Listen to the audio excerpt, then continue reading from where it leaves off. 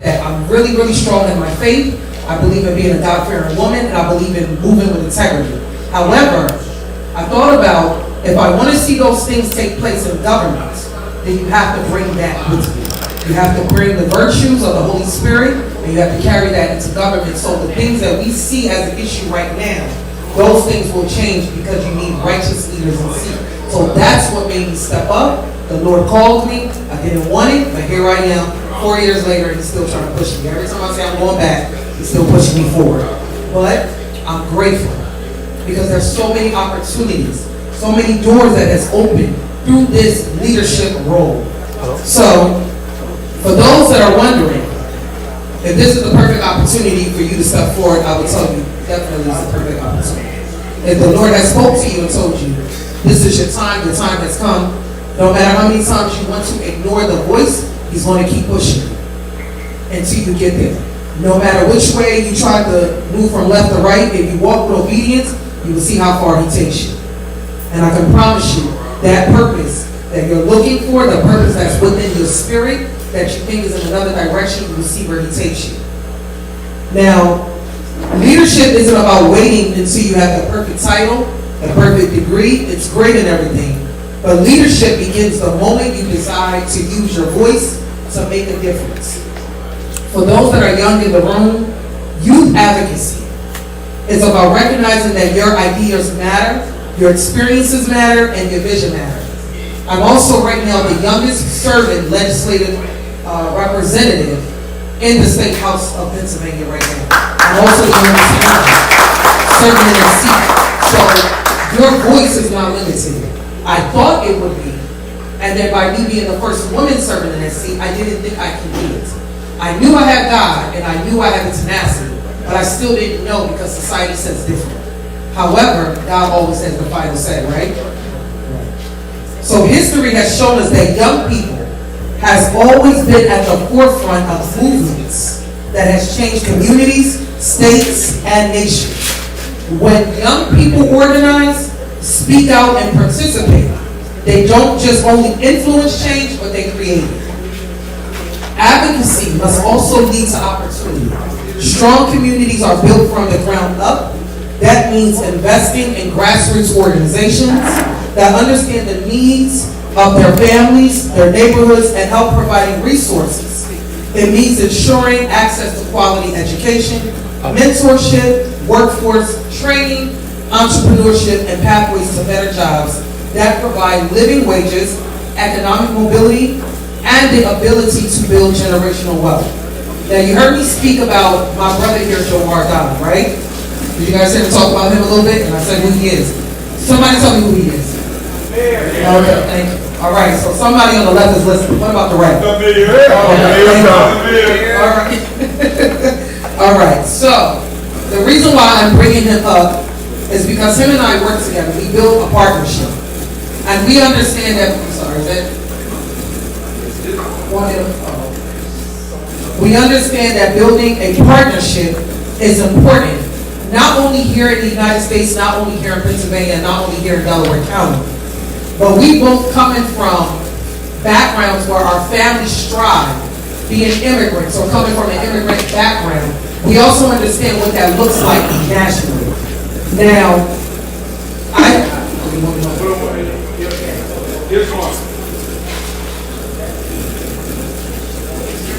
This one. This one. Yeah.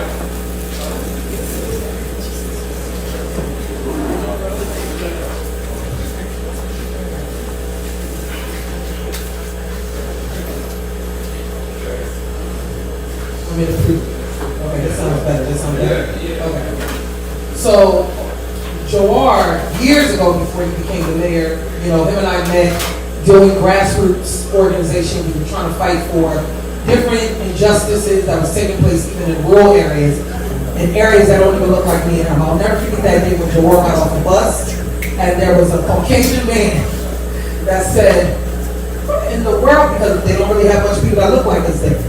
And I said, W2R, I was tapping and looking at the guy. I said,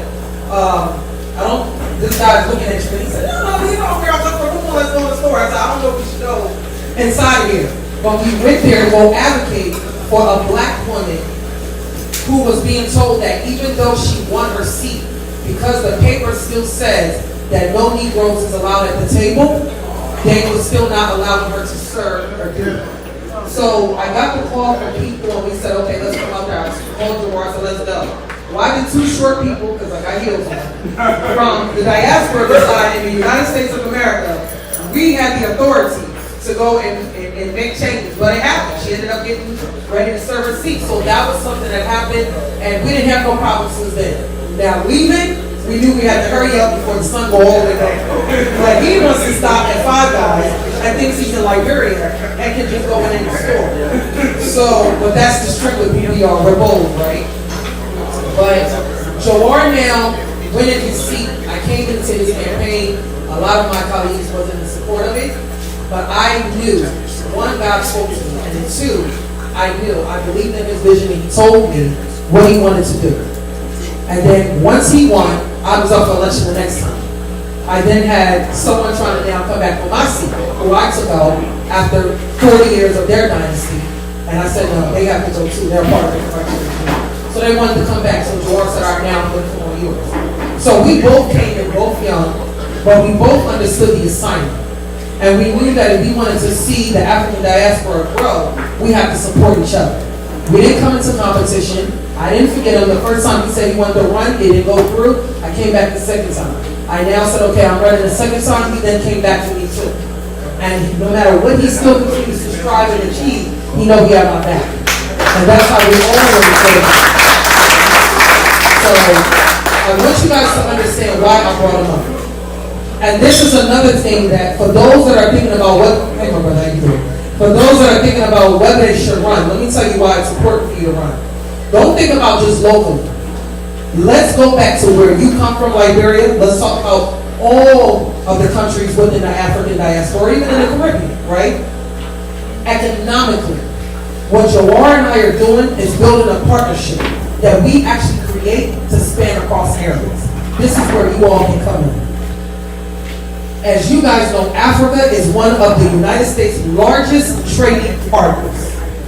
Together, what Jawar and I are doing, we work to strengthen the commerce, expand opportunities for businesses, and foster innovation that benefits both of our nations. So we don't just think about only here in America, but we're also thinking back at home. We're thinking about how do we build and bridge the gap from home to here. That's one of my biggest focuses, economic development and bridging the gap between the United States and our countries across Africa. So not only am I in a position thinking about here in PA, I'm also utilizing my position to make sure that I bridge the gap to form partnerships. So with those specific partnerships, we promote entrepreneurship, energy development, and infrastructure. The United States and African diaspora relationship continues to create pathways for shared growth. We see what's going on right now with immigration. Even though I have a congressperson, they come to me and say, I am then that bridge that then goes to the Congress. If I feel like something's not right, I'm that bridge that gets to call the Senate. If something's not right, I'm that bridge that gets to call people in the White House. That's where the bridge comes in. When people come in for internship opportunities, I have many students from the diaspora. Some are international students. They come, I tell their families, or people that might have certain churches, I say send them to me as long as I have the space and capacity. I'll take care of them. I'll talk to the university and see how we can do it. That's how we bring our people. So it's not just a local initiative. It's something that we want to push forward to make sure that our young people understand that we want to give them the opportunities to thrive. In addition, there are many people across this nation, from school boards to city councils. We even have our new Delaware County Sheriff, Sadiq, who's now serving in that seat. We used to have the Upper Darby president, former President Hafiz, who was in that seat. But there are so many from county governments and state legislators who are in the diaspora, stepping into leadership and public service. Before I got here, I was on a Zoom call where I'm a part of an organization, a public affairs commission. And there's my brother, my dear brother. He's running right now for lieutenant governor with the senator who chose him for that seat in Kansas. He's Nigerian born, from Imo State. He's been in America for about 30, 40 something years. Polls shows that he's actually the highest on the polls right now. So if he wins, he's actually going to be the highest ranking individual in the African diaspora serving in a level in the United States of America seat. We've never had a lieutenant governor, let alone a governor coming in, serving in their seats at any level in the United States of America. So I want you to know that even with him coming to me for support, me investing in him is investing in all of us. Because now I'm going to need to call him. Well, that's true though. Because he's a man that really cares and he loves his people. But even though he's in Kansas, he goes around everywhere. You'll be very surprised all the people that know that man. And I know that when I call him, when he becomes lieutenant governor, because I'm claiming it for him, the senator had already made it secure he would be the governor. They never had a black governor, let alone an African governor. So not only would he be lieutenant governor, now he would have to work with the president of the United States of America. So imagine someone who the president of the U.S. might say, I don't want these people here, but now he has to look at the same person that he doesn't want now standing next to him as one of his votes that he needs in his cabinet. So I need y'all to understand that it's not a local thing only, but we're bridging the gap across the world. And how do we bridge that? By making sure that we also represent ourselves so they can know what our countries really mean and stand for. Who we are as people, not what they say or the media say we are. But this is the beauty of what we come from. So local government is where policy meets people. It is where decisions are made about education, public safety, housing, economic development, and health. All of us bring unique strengths to these roles, which is why I continuously have brought up W2R, which is why I keep challenging you all, get in the seat. It's not too late. Even if it's back home, you have the connection, you have the resources. Now, even with me saying it, is it easy? No. But can it be done? Is it possible? Absolutely yes. So, bringing up that piece about back home was to let you know the global perspective that is rooted in our seats. It's not just a PA in Delaware County. We have to fight for all of our constituents. But I want you to understand that the way I think is beyond, is bigger than that. The way I'm imagining this is bringing cultural values centered around education, family, faith, and community responsibility. So many of us in the diaspora bring so much entrepreneurial spirit that drives innovation and problem solving. Look at the tech world. Who's the best at tech? They might put everything in India, but who's really the best at tech? Cybersecurity, all of those things, Africans. Who's the best in medicine? You might see certain Indian practices, but who's the best? Who has the highest degrees? Africans. Medicine, doctors, Africans. Almost every African, I don't know how many men in here, but how many of you guys are engineers? Well, 1, 2. Any more engineers? 3. Any more engineers? You're not going to find too many engineers. But every time you walk into a function, you're going to see either the word doctor in front of an African man or woman name. You're going to hear something about a lawyer, an engineer, and who else? Disgrace to the family, that's the only 4. And then the disgrace to the family. That's all you have left. But I'm saying that to say that how do we come to a place where so many of us hold the highest seats, but then yet we're still underutilized? Even with our voices there, people may not hear. But that's why I tell people, start from the small if you want to, but make your way to the top. Make your way to the top. So across America, the African diaspora officials, we are definitely making moves. We're not just serving our communities, we are transforming them.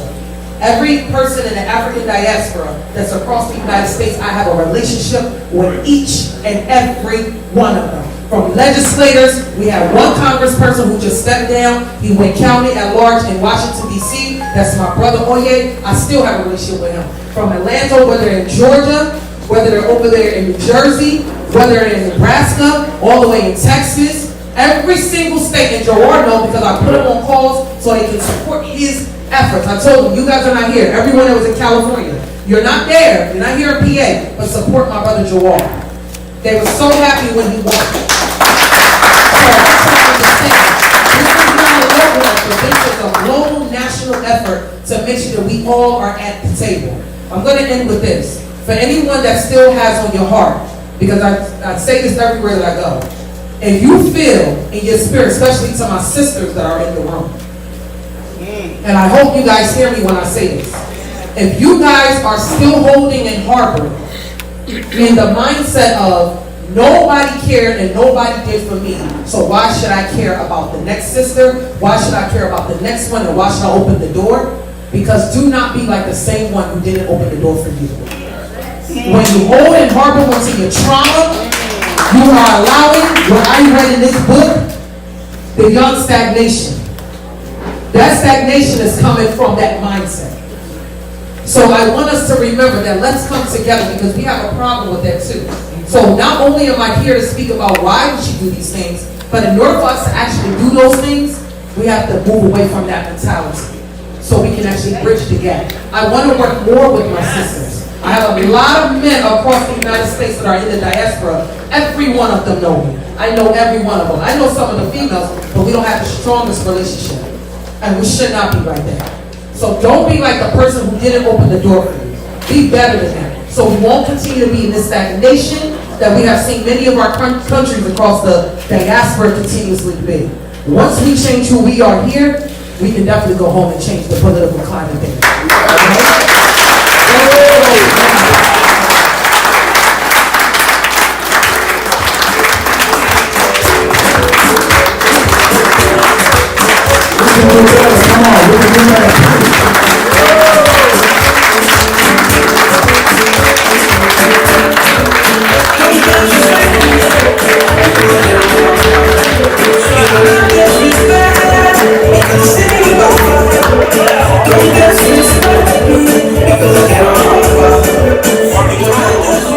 Oh man, what a powerful speech.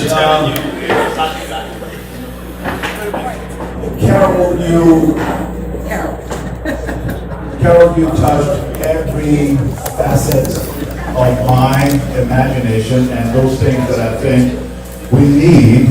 Can this thing go up a little bit, does it? Those things that we need to really help transform our communities, ourselves, and our larger world.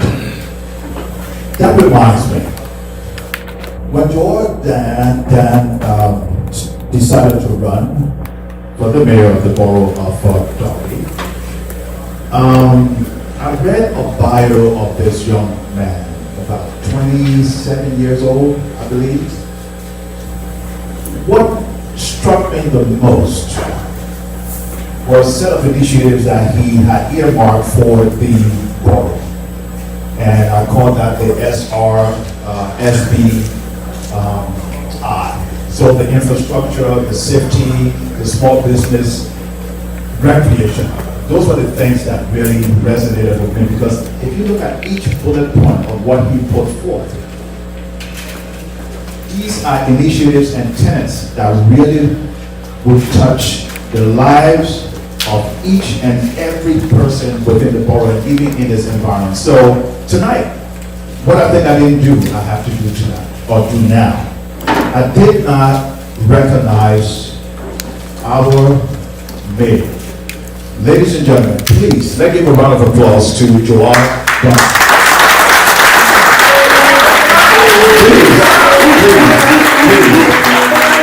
Please, can we all stand? A round of applause, please. That's appropriate.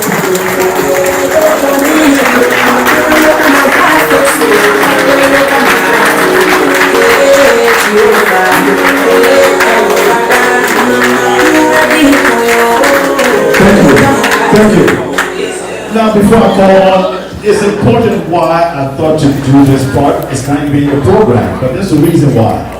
In Liberia, someone like Joel may not have this type of opportunity to explore and become someone to serve his people. No.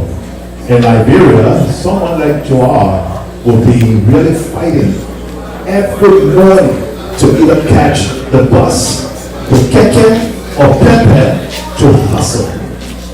America provides an opportunity for each and every one of us to explore. And I'm so glad and happy that he took on that opportunity And we're all glad that some of our own, we can look at and say, yes, Liberia has done it, and yes, we can do it again. Thank you. Growing up in Liberia, we all heard the sounds of T1 and the likes of some of the big names. Tonight, there's someone who touched every facet of our musical environment in Liberia. When you hear the name, you think about the good old days when the Invisible 11 soccer team did all they could. When, Woman Gonda used to get fun his lala. Tonight, ladies and gentlemen, there's a musical icon in the house who's going to give us a legendary performance. And I want all of you to please stand up and welcome one of Liberia's icon, Big Steve Roderick. Come on, let's give him a round of applause, please. Big Steve Roderick. Thank you. Wow, it's a pleasure being here to grace this August occasion, Mr. Mayor. Brother? Oh, yeah. Thank you. So, I'm honored, to be part of this beautiful setting. So, we're going to do a song that was inspired to me by the Almighty. I'm telling you, this is the first time I'm going to sing this song.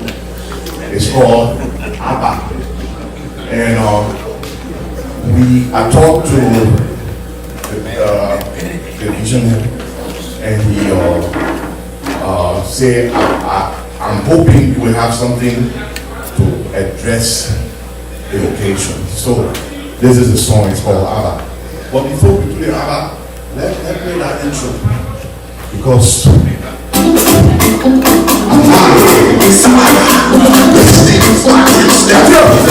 Jesus Christ.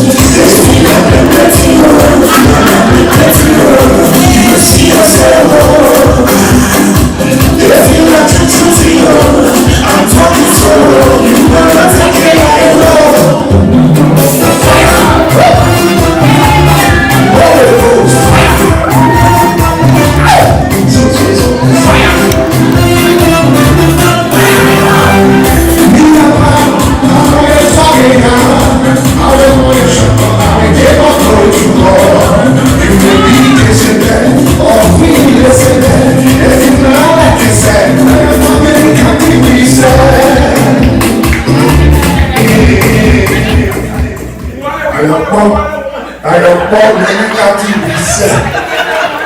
We too are Liberians. And you heard it better there in there. Like a poor man, he got it. We too are Liberians. So play.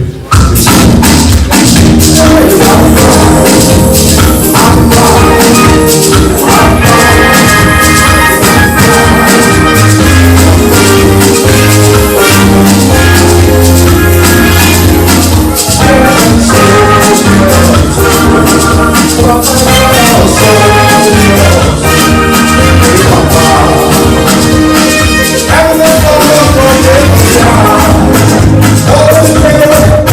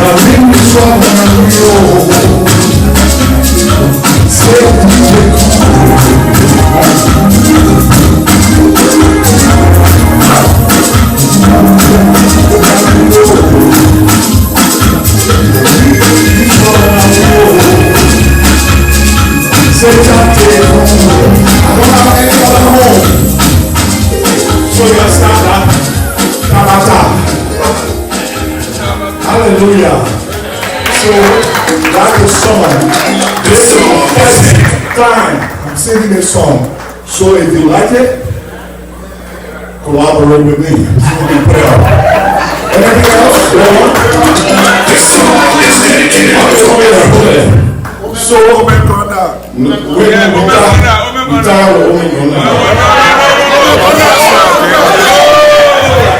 no, but I got a new song.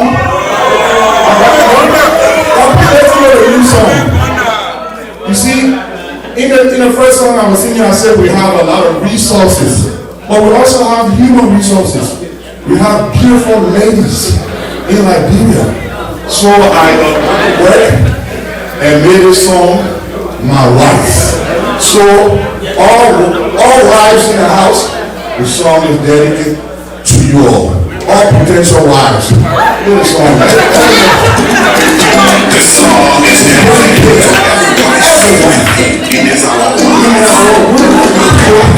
you can find perfect.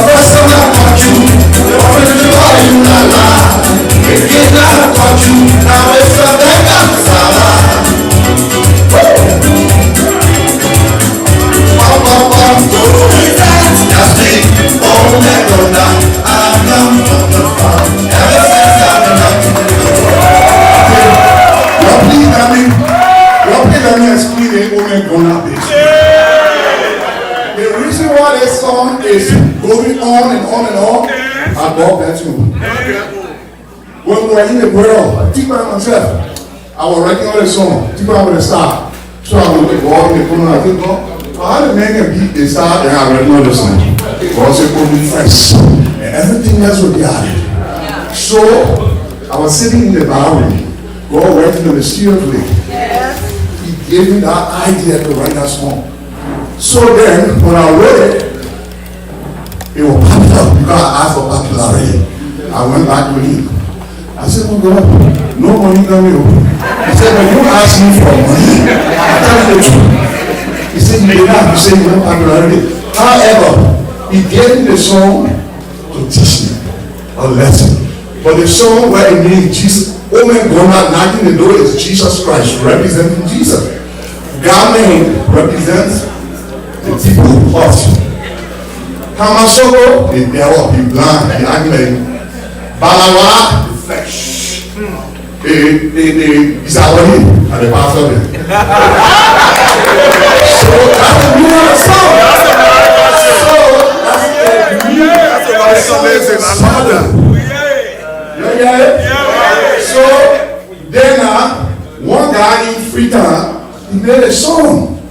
knocking the door. Jesus is knocking at the door. The people telling me, "It's our leader.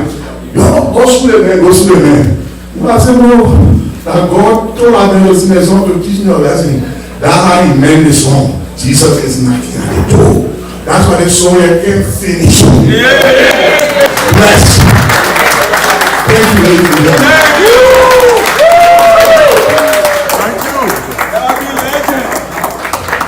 Thank you, Steve. Big Steve Wardrobe, one of Liberia's best, one of Liberia's finest. Always a pleasure to have you in our midst. So once again, folks, we're going to go around because I'd like to bring everybody back to the theme, the core reason why we're here tonight. So remember we did this earlier. I'm going to say something and you guys are going to respond, and I'll tell you exactly what it's going to be. I'm going to say transformed minds, and you will say awakened destiny. Transformed minds. Awakening destiny. Transformed minds. Awakening destiny. Awesome. So I'd like to say here that people who do not understand their history are vulnerable to accepting someone else's explanation of who they are. History is not merely the study of what happened. History is also the struggle over what is remembered, what is forgotten, what is taught, and what lessons of people can carry into the future. Tonight, we are privileged to hear from a scholar whose work has contributed to the understanding of Liberia's historical journey. Ladies and gentlemen, please welcome Professor Dr. C. Patrick Bowles.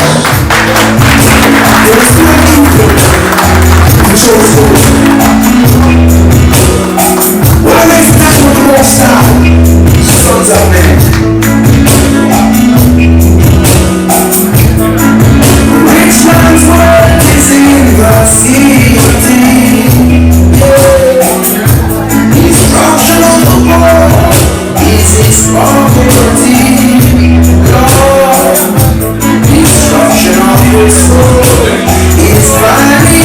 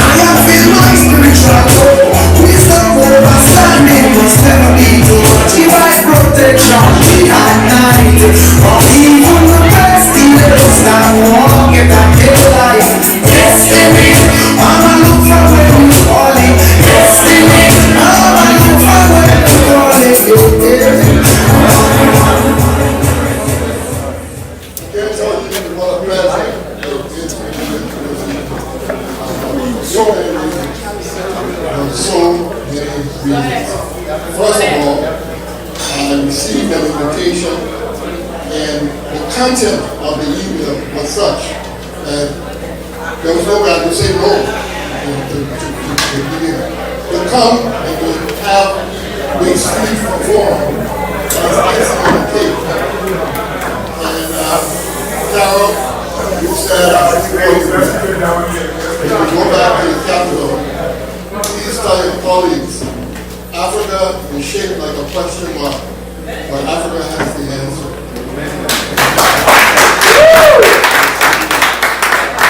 So, they gave me about 10 minutes, but our representative gave them 5, so I'm like, let's start someone for time. So, Mr. Williams, I'll tell you, from the conversations that we had leading up to this period, part of the reason I was so excited for the invitation was the theme. The theme.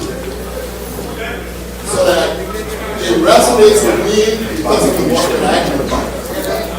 And it was almost like, oh, you push it to the choir. My excitement is because I spent my entire professional life in the classroom, training university students, graduate students, etc. And so my life's work was transforming minds.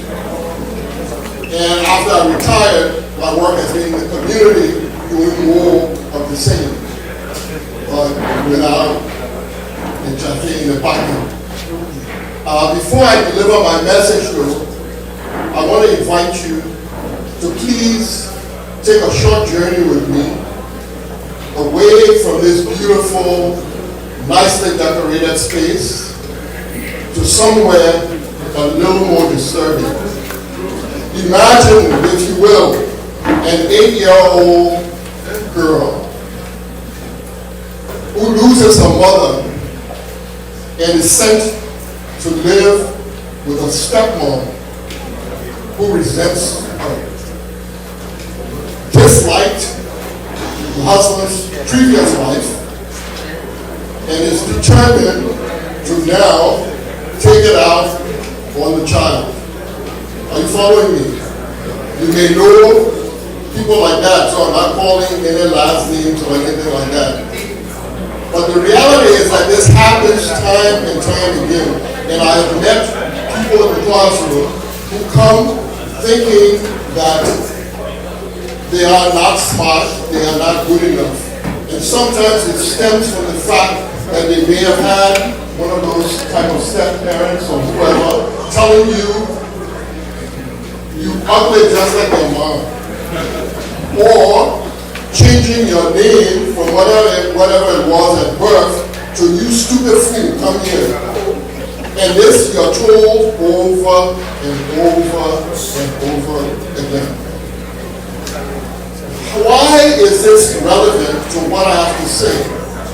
What I will say to you is that over the years what I've learned is that Liberian history has been represented to us in much the same way. Nigerians, they know their history. It's been well documented and well told. Our Malian neighbors to the north, they know their history. And there are so many others around us in the neighborhood of West Africa. We are exceptional in not knowing the half that has never been told. So I'll run through a few of our greatest hits.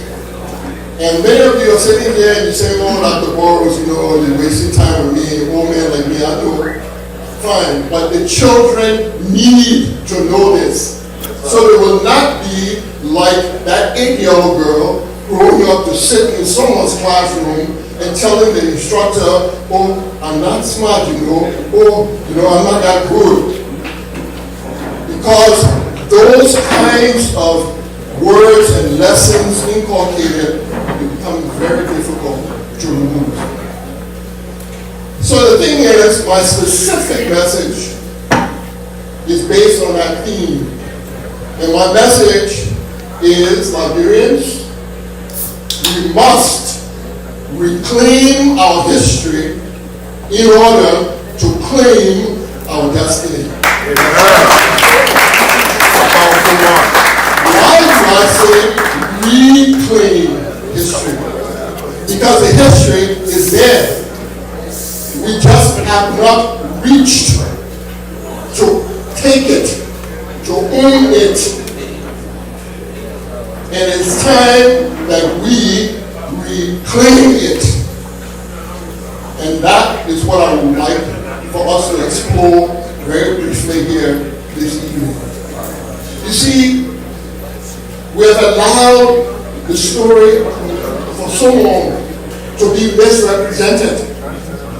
I'm young, I like to think, and so I'm on social media with the kids, and I'm checking out the postings about Liberia. And invariably, a lot of what people post about Liberia is factually incorrect. It's fallacious. When people go on Wikipedia, pick something up, they broadcast it. And then we recycle those things over and over again. We do not ask ourselves a question that should be primary. And that question is what I'm reporting or what I have read true? What we go with is it repeated a lot? Because if it's repeated, then I believe it. But a lot of what has been repeated about our story is simply inaccurate. Now, what I'll say to you is that the Portuguese arrived on our coast in the 1400s. I mention this because when I did a book about the history of Liberia before 1820, people will come at different events and pick up the book, and then they ask me, say, oh, Pedro de Central is here, right, in this book. Because if the Portuguese are in the book, then the book is legitimate. You follow that mindset? Okay, but when the Portuguese arrived, they said that the people they met were primitive. They said that the culture they met was demonic. They said that the ritual masquerades who were performing were devils. Here we are, more than 400 years later, and we are still referring to our traditional masked performers as devils. We have internalized the negativity regarding how others have seen us, and continue to see us, and we have now internalized it towards ourselves. When will we extricate those forms of thinking in order to move forward? We must reclaim our history in order to reclaim the destiny that awaits us. He who controls the way you see yourself controls the future. Now, the truth of the matter about this whole demonic and primitive and so forth assertion is that Africa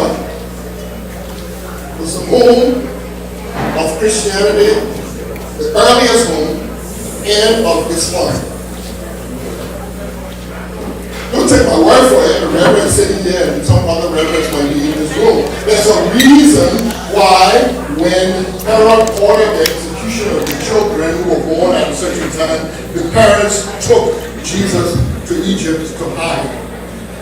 Africa was known as that place of refuge.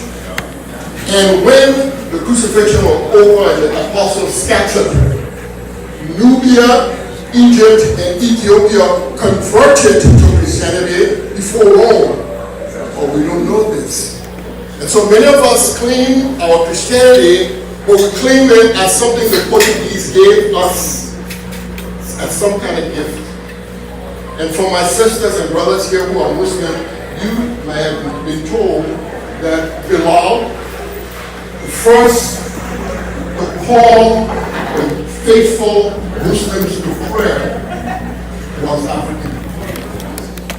We have this tradition as a continent, but it will bring me now to the question of Liberia. In Liberia, our folklore was used to teach not just morality and ethics, but logic. So when I was growing up, we had these stories that said, oh, a man has a boat, he has the sanity, and he has a lever. He's going to the river, he wants to cross the river. Anybody here has heard this? Yeah. There's a canoe, he has to put one in the canoe and go and leave the other two on the shore. While if he leaves the leopard and the goat, guess what? It's not like there's no road. So, children, how can we cross? What they were doing was teaching us logic, but not with the fancy terms of it, simply in ways that were entertaining and competitive. And my favorite character for teaching was Spider, the trickster. Now, the stories were always amusing. Sometimes the person would tell the story, was good at it, they are interjecting some songs, etc. Right? confuses some people. Because Spider was the main character, people assume that Spider was a hero. But if you know the culture, what you realize is actually we were being taught something very sophisticated. The stories were constructed to tell us that the man who is the focal point of the story is the anti-hero. They were teaching us, don't be like Spider. Spider is what? Greedy. Spider is selfish.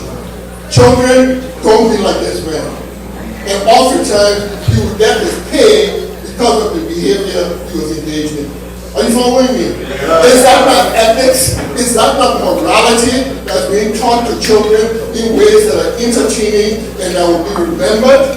And the children will at night call the grandparents or call the parent and say, tell me Spider's story again. So they are begging, right, to be inculcated in the culture of ethics and morality. Where are our Spider stories? They should be in the schools. Disney is still making stories and movies about Snow White and all of these other characters, mythical characters, and we have walked away from our inheritance. And then we turn around and say, look at the children like girls, they don't have a sense of right from wrong, that's the law, contributed to it. But what are we doing to prepare them? Is my question. Excuse me. Until we clean our history, we cannot clean our destiny. Fake history has been used to divide us. Pitted one group against this other group and during the war, we kept hearing new stories of who was the enemy and who was living this life. And the result is, and correct me if I'm wrong, I stand to be corrected, but the result that I see from the history that we have inherited, that has been given to us, is a story boiled down to victims and villains. Victims and villains.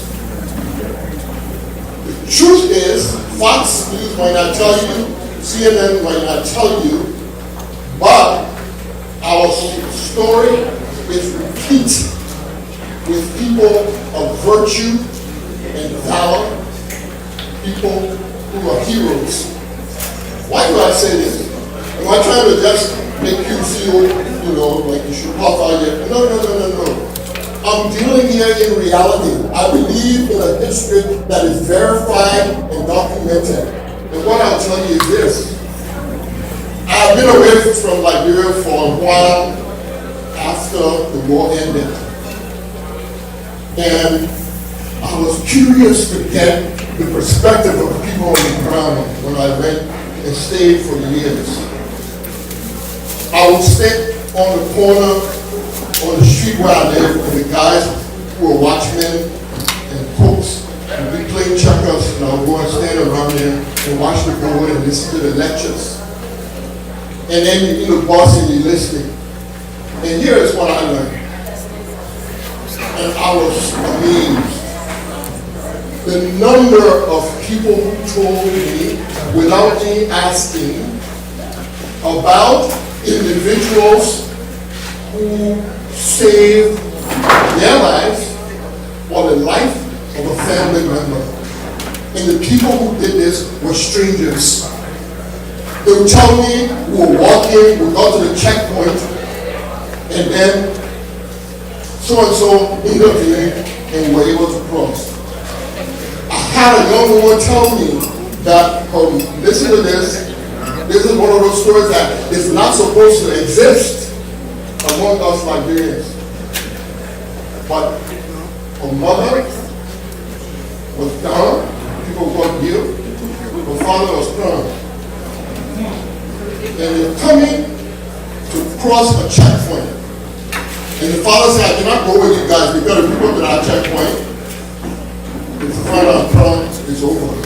So I walk in the bush and y'all go and pass. And that's how they were traveling. He said, but someone at the checkpoint group and let him go. Long story short, I'm in Monrovia, I need a security guard, and my brother-in-law came to me and said, look, there's a young man, he's not employed, and I would like for you to hire him. Oh yeah, what happened? He said, my brother-in-law is one of these guys who like clubbing life, nightlife, good times. And he ran in the middle of the war, the man living in Monrovia, he heard a new club opening in Manila. Came out the side of the country, and he's going to the club. He hits the checkpoint before you get to Manila, and the commander said, they'll take the man in the bush. That story is telling you make no sense. Of course, you know what that means. And one of the child soldiers comes to the commander and says, Chief, I'm in on my family now, please. And the commander said, you know what? Get out of here! And my brother-in-law flees back to Monrovia. Fast forward, he's walking by one of the beer shops. He sees this young man. A few years later, he said, well, I know you. And they exchange. He said, yeah, it was a checkpoint. You saved me. What are you doing? The boy said, no job. You understand me? Someone saved your life. There are many such stories among us. Do we collect them? We should. We should share them with our children, that they will feel that, listen, there's some good that has come out of this place we call Nazareth or Liberia. Good for them. But instead, we boil it down to victims and villains. Let me go faster because I only have too much time. Most Liberians don't know that when the Portuguese arrived, it was because of the things that our people were trading that had reached them. That drew their attention to come. 3 commodities were exported from this place we call Liberia. First, 1, cola. Our ancestors discovered the properties of cola.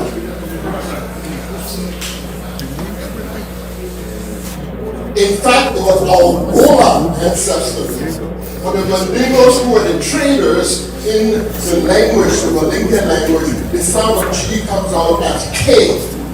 And so when they're selling it to people in the other parts of West Africa, they would say Gola, but it was the Gola. And the Gola area has some of the best cola trees in West Africa, actually, we know that. And so cola is associated with hospitality, with a clean heart, etc. across West Africa. But where did it emerge? From us. Our ancestors today were manufacturing salt, sea salt. They boil the ocean water to take the salt and sell it up north. You follow me? They're selling the salt. They created the town of Obudu as a place where they would meet the traders to sell salt. The traders should not know that they were boiling this water on the beach. But the Malian king decided he wanted to find the source. So he told some people to go all the way from Mali and find this place. Those were the ancestors of the vine. The oral history says this. And then when you go to the records in Mali, because they had documentation, those people left there around 1200 AD. When they came to get they met the day, they sat with the day, in Liberia today, they have people Vibe Day, Vibe Gola Day, all the mixtures are there. You don't claim the combinations, you want to act like, oh no, we never intermarried, but that is the reality of our history. To reclaim our history gives us a chance to claim our future. I'm talking about the accurate history. The third commodity, important, and then I will try and move, away from the subject. But the third was something called Malagata spice. Malagata was found only, exclusively, in the history of the world between river sets and the Bahamas. And Malagata was being traded to Mali, to Italy, and to Spain, to Portugal. The Portuguese called it the grains of paradise. Wherever this thing is coming from, it must be paradise. And so when they came around the coast, one of the orders that was given to the captain, find the source of this Malagata. And ships used to be loaded with it to take it back to Europe. Now, two things. I'll close. Towns from the place where Malagata was growing in Liberia, many of them have the name Cess. Why? Because in Portugal, in Portuguese, Cess is the name for basket. And when they came to buy the spice, people will bring the spice in the basket, so they say this is river Cess. This is grand Cess because the baskets are big. Picnic Cess are small basket people. It's all right? Wow. The ships loaded from Malagata. But here's the part that hurts my heart, and I hope it will provoke you as well. I don't know if you've heard of a restaurant chain, international restaurant, worth millions of dollars called Nando's Peri-Peri. The restaurants in New York, DC, across the world. It is based originally in South Africa. Worth millions of dollars. But the peri-peri that they use to season the chicken is Malagata. That's their word for it. Our legacy, our inheritance, we have discarded and thrown away. Other people picked it up, and now they're making millions. Are you following me? Yeah. Until we reclaim our history, we cannot claim our destiny. So, I could go on, and I don't want to take more than my allotted time. But let me conclude briefly on the question of July 26, 1847. Anybody knows what that date is? Okay, the first, the original. Well, let me share this with you. On that day, when independence was declared, the thing we call Liberia had 15 towns. 15. And about 2,000 people. The Congo Confederation in Babalu had about 3,000 people more than Liberia. And these people dared to say we are declaring something called independence. And then from that time until now, the thing that they created continues to exist. They had the temerity to approach Great Britain and say, we have declared our independence. Will you recognize us? And turn around and send a representative to Napoleon, France, and say, we are free and we want your diplomatic support. Britain and France were superpowers that have been enemies for centuries. And these people convinced two of them, those two powers, to confer recognition.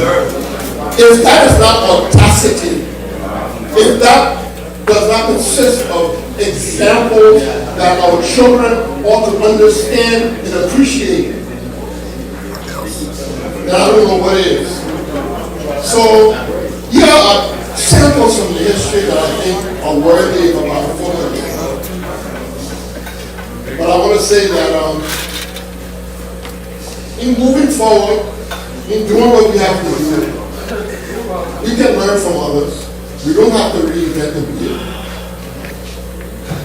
Here's one example. After the genocide, Rwanda said the first priority, the first, not trade, not looking for aid from other countries, it was to call a conference to rewrite their history because the history had contributed to their division. Look at where they are now. The Ethiopians, they went through a war, same time as us. The Ethiopians have taken the story of their ancestors, the past, and turned it into a source of empowerment.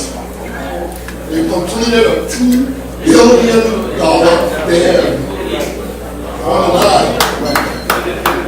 They call it the Renaissance Dam, meaning we are reclaiming the glory of the past to move us into the future. If they can do it, we can do it.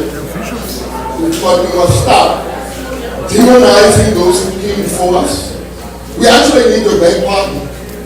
We need, at some point collectively, to take cola and break smoke and carry it to the graves of our old people and say, "I'm sorry, we've been disrespecting you." You look at the cemeteries in Liberia, disrespected. Do we expect that we can move to the future when we have turned and swerved those who came in the past? So my plea to you is for us to claim a history that is worthy to be claimed in order that we may move forward and claim our destiny. Thank you.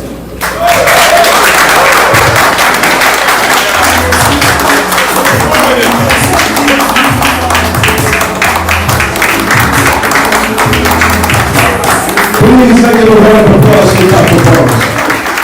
Thank you, thank you, thank you, thank you. Thank you, thank you.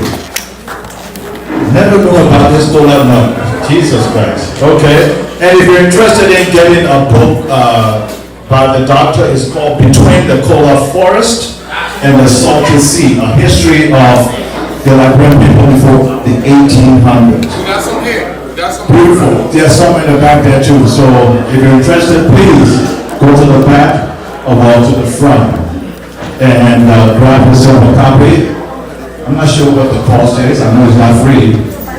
Pay some money for that. In the meantime, to kind of get things situated, I'd like for our DJ to just give us something about Steve Paul's. Let me go back to Buju Banton, our destiny, because, you know, we're trying to awaken our destiny. So, just for a minute, and then we're going to come back to the program here. Just want to rearrange a few things. Thank you. That's it? Yeah? Thank you.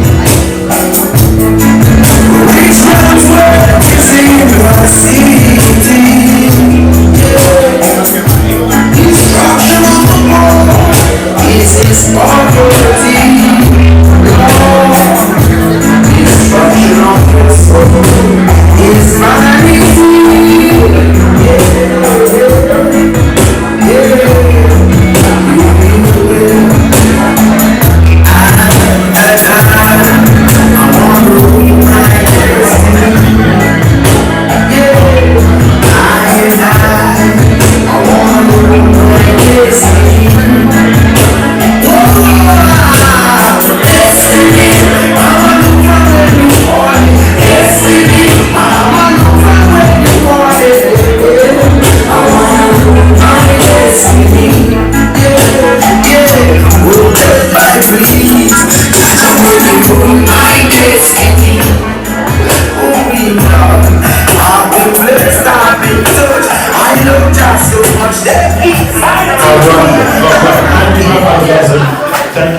Thank you. All right, folks, we need to get back in here and We got a few more items on the list, and we should be all set and good to go. Now remember, we got an awards and recognition ceremony as a part of this program tonight. We need to tighten things up real fast and get things going. We need to hear from, the man who is behind all of this. All of this, we got to get it going. The time now is 10:17. The goal is to be out of here by 12 o'clock. Please. Thank you. We now turn from ideas to service. A movement is ultimately judged not only by what it says, but by what it is willing to do for people. At this time, we recognize the solid foundation charity and the spirit of service represented in this evening's program. We'll also receive special collaborative remarks from Mr. Jiba Kamara and Dr. Doris Strimpek. We will hear from Alfred T. Sigby, Youth Wing Lead of the W2R movement, and Musa Kone, the W2R movement architect. As we hear these voices, remember,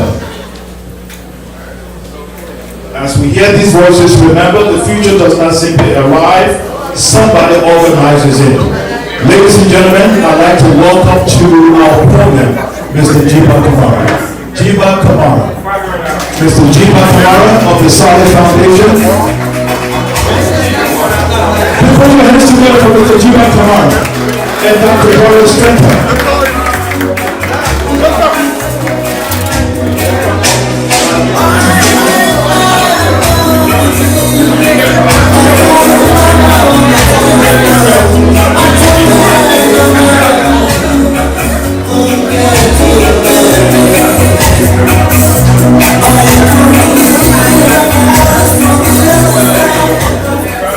Good evening, everyone. Are you feeling transformed? Yes, I am. I talk about the good historical information from the professor, and also our representative, Kara. I do like that quote. I don't want to rephrase it before I mix it up, but he said, "You don't want to be the one that refuses to open the door." Okay, you guys get it. But unfortunately, Dr. Doris, who is the president of Solid Foundation, she's not here tonight. However, I'm privileged that she allowed her beautiful daughter, Ngozi, who happened to be my beautiful wife, to accomplish me tonight. Distinguished guests, governmental feature, development partners, members of the W2 movement, ladies and gentlemen, good evening. Allow me to begin with a story. There was once a young Liberian boy who did not begin school until he was 14 years old. When he finally entered the classroom, many of his classmates were kindergarten children. He barely spoke English. Most people who looked at him probably believed he had no chance of succeeding. The odds were stacked against him. Then one day, a missionary placed the book into that young boy's hand. That book became more than a paper and an ink. It became hope. It became possibility. It became the beginning of a new future. That young boy refused to quit. He attended high school during the day and continued his education through night school. He enrolled in a community college in Liberia, but like thousands of other young Liberians, his education was interrupted by our brutal civil war. By God's grace, he was later given the opportunity to travel to the United States, where he was granted asylum. He started over again. He earned a bachelor's degree, followed by 2 master's degrees, He became an adjunct professor of criminal justice at Catholic University, an author of several books, an educator, and today has the privilege to serve as the Vice President of Solid Foundation. Ladies and gentlemen, that little boy is me. Give it up for him. Give it up for him.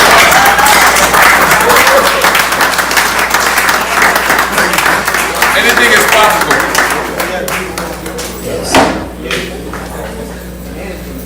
I tell you the story because I never want us to underestimate the potential of a Liberian child. If one book could change my life, imagine what thousands of books can do for thousands of children. The next scientist, the next engineer, the next doctor may be sitting in the classroom today in Liberia without a single book to carry at home or to call their own. This is why we are here tonight. Solid Foundation Charity was born from that very conviction that education remains the greatest investment any nation can make. What began as a one-man dream has grown into a movement of compassionate people committed to giving Liberian children the opportunity many of us never had. Today, through the incredible support of my beloved wife, Ngozi, my mother-in-law, our board members, volunteers, donors, and community partners, Solid Foundation has touched life across Liberia. Together, we have expanded scholarship at the Rosedowns school system which began with 4 girls today to approximately 18 girls and counting. We have distributed thousands of books to approximately 11 schools throughout Liberia. We have donated computers, schools, and libraries across. We've contributed computers, donated books to over 12 schools in the Monrovia area. We partnership with the Liberian National Library. Unfortunately, when we got there, they had no computers. So we donated 10 computers to the National Library. As I speak to you right now, we are hoping to give them internet connectivity. Yet, our work has just begun. Liberia's Civil War robbed an entire generation of educational opportunity. Many schools were destroyed, teachers fled, countless children lost years of learning. Even today, literacy challenges remain severe, and far too many children struggle to become confident readers. I think we saw the example in recent times we follow social media.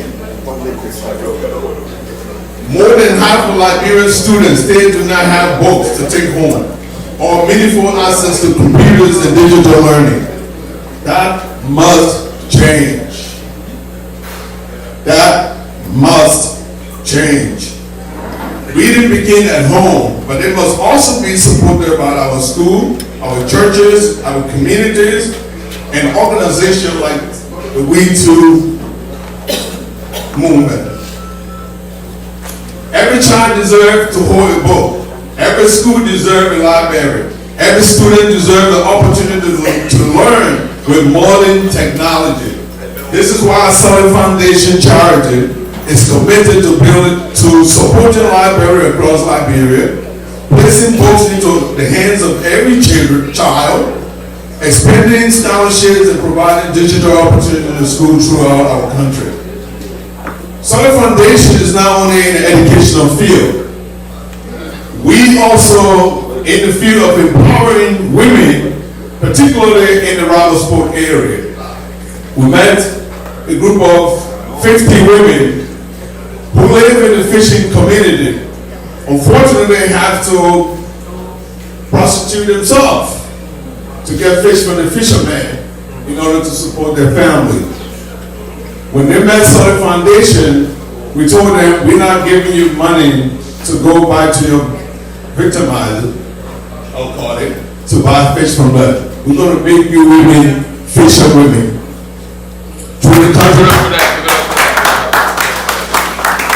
Through the contribution of our donors and families and friends, we were able to provide a fishing boat with a machine, and these women are now fishing on their own. In less than 2 months, they reached back to us and said, we have built another boat. We just need a machine to attach it to the boat. With no question asked, Southern Foundation said $3,500 US, bought a boat, and the women had the second boat. Less than 6 months later, they got back to us again and said they have another boat. So today, as I speak to you, 50 women that started, the number has grown to 300 women with 5 boats.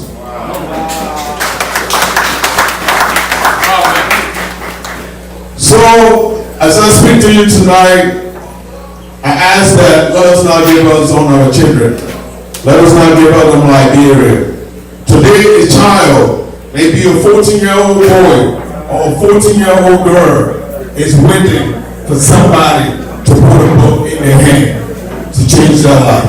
I want to thank you all. I want to thank the W2R woman for carrying on this collaboration. I want to thank the studio guests, and let us continue to hope and pray for all Liberia. Thank you.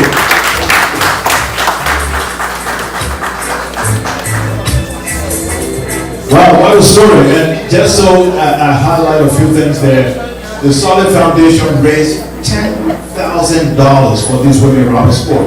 When I read that story, I was really touched to see how they were able to not only get the book, but also get the book for the women. So Solid Foundation, big ups to you, Jivan, and the rest of your team. Thank you.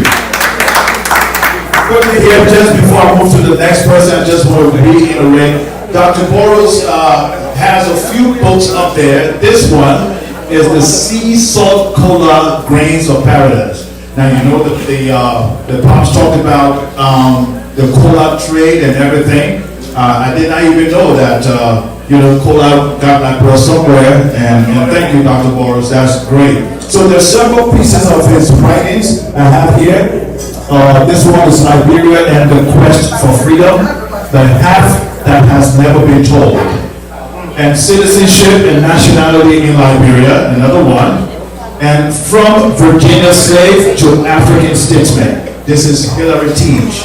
So these paperback, they're $20 each, the paperback, and the hardcover one is $45. So if you need a copy, please go to the front, right down to the entrance, and try to patronize Dr. Boros. Thank you.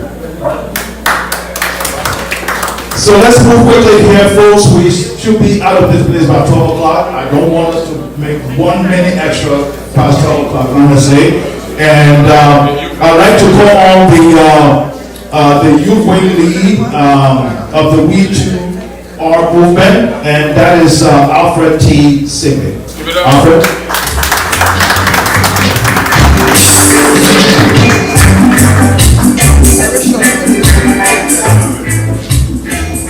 Good evening, everybody. How are you doing? Yes. A little bit about myself. My name is Alfred Segby Jr. I'm currently a rising junior at Loyola University in Maryland studying international business. And I'm here to briefly talk to you guys.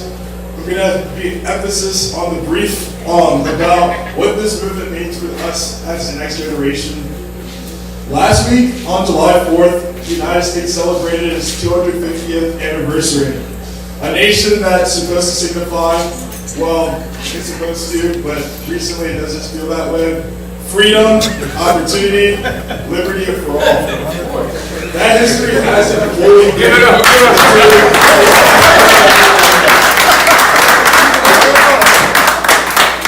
The unjust past has been whitewashed by our schools.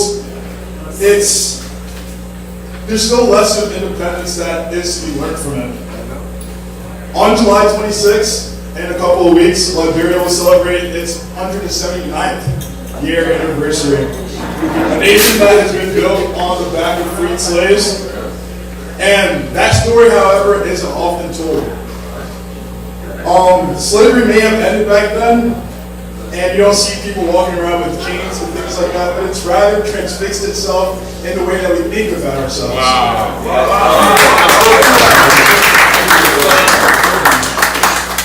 Looking at the African diaspora alongside African American population here in the United States, you always see competition between those who come from first generation African households and those who are born here as well. And that is because of the story of division that's been taught through our educational institutions as well. That division is a fruit of the mental shackles I talked about and the belief that we are somehow beneath one another and that we're often competing against each other. It is a tale that is far from the truth of fact. And that is where this movement is supposed to come in. This movement is to tell the story that we are one people, to spark honest dialogue, and to dive in a collective strength to forge the generation that is to come in front of us. We're not here to relive the past, but we are here to take back what is ours. We're here to close the ugly chapter of the remnants of slavery that's came before us. Liberation, exactly. Tonight marks the start of a new future and where our identity is no longer defined by what has been told to us, but what we all can come up together with. So when we look up to the next 250 years or the next 179 years, let us tell that story, the story that we come together and weave together. And let us break that mental bondage, that slavery, colonialism, and extractive colonialism at that. Not only did colonialism take our resources, but it also took our pride, our joy, and our strength. So let's go forward and build that because we too are like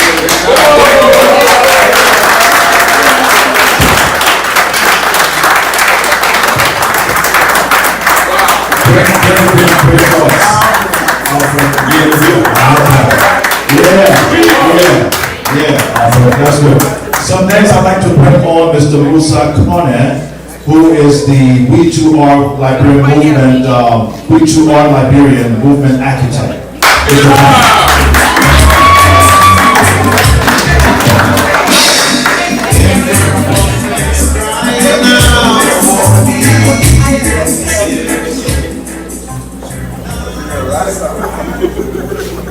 Ladies and gentlemen, thank you for attending. My name is Musa Kone, and on behalf of the W2 movement crew, we would like to thank each and every one of you for attending our inaugural launch. You know, the youth movement set a perfect example. Sometimes you need leadership, and leadership doesn't have an age. There's a concept, there's a higher meaning to it. There's the perception of thought. That's an intelligent young man right there. Thank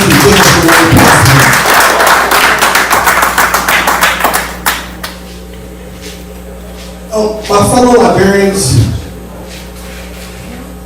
the W2 movement was architected by my brother and I for basically the concept of changing mindset, revolutionizing thoughts.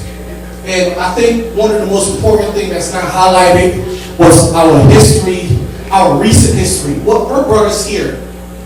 And the regression that happened that led us into the struggle that we're all in right now, that led us to this point, happened about 5 decades ago. And it happened because of a coup.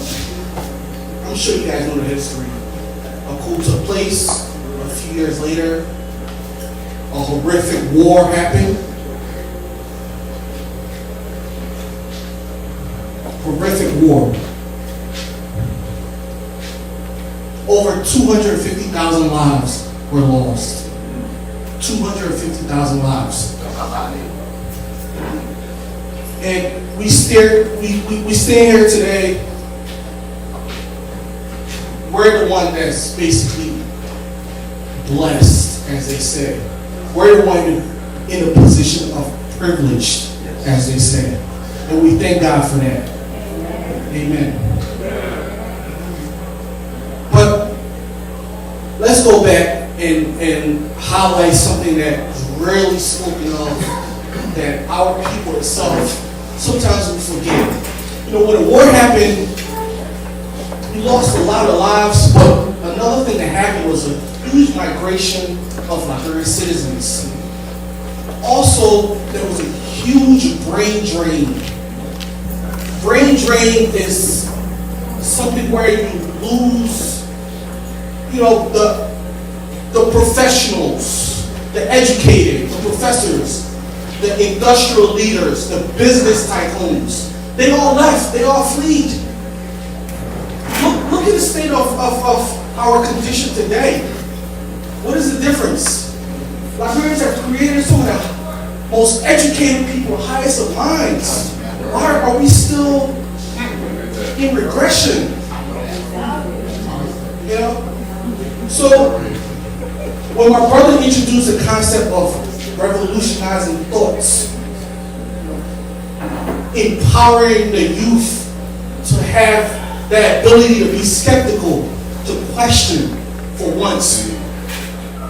What am I doing, or what is around me that is better for me? How is my life improving? What has improved about Liberia in the last maybe 30 to 40 years? What has improved? You know, government is not the solution to all of it. Some of us, you know, we tried it, you know, but at the rate we're going, another maybe 50, 60 years, we're still going to be saving about $20, $30 back home, you know, trying to help our family and things like that. What is that doing to help our people?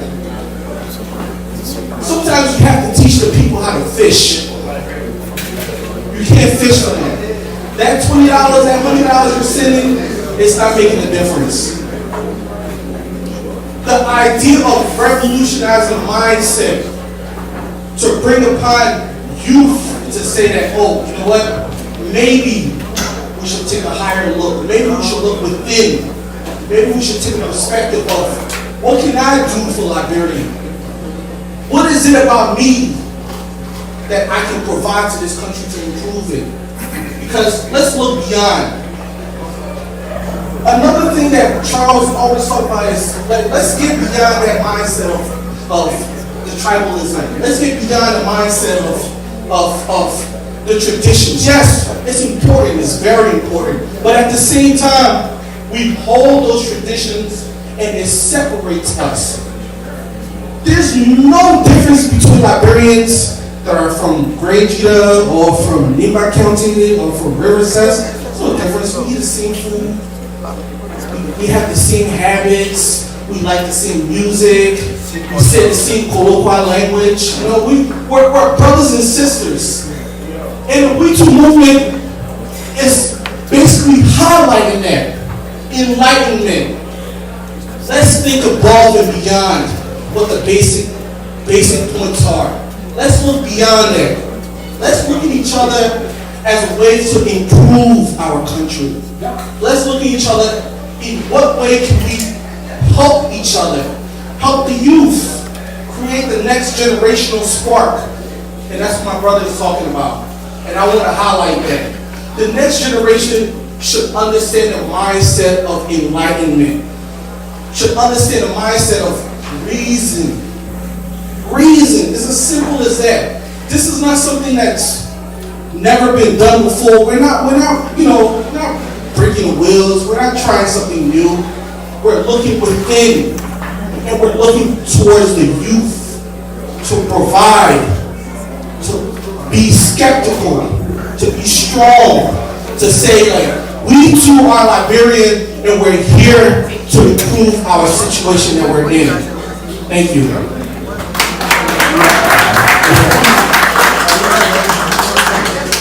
We can do better, man. Come on. That's what I can tell you. Now we have to jump this thing. We got to go real fast. I got to put this in gear. Right now we're cruising at an altitude of 30,000 feet. And I think I was just told that we're about to hit Banga in Liberia. So we're cruising, and by the time we hit RIA, we should be all set and good to go. So ladies and gentlemen, we have reflected on awakening. We have heard voices intended to transform the mind. Now, we enter part 3, the destiny enacted. Because vision cannot remain permanently on paper, a movement cannot live forever in conversation. At some point, purpose must take form. Leadership must accept responsibility, and an idea must become an institution. We now come to the vision and the charge. To introduce the founder and visionary, please welcome Mrs. Claudette Y. Williams. Put your hands together, please.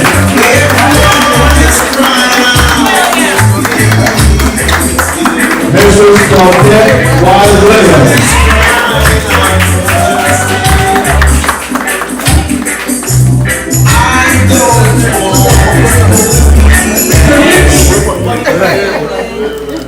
Okay, boss, the bigger pay for I'm the founder and visionary, C.I.E.T. Williams, husband.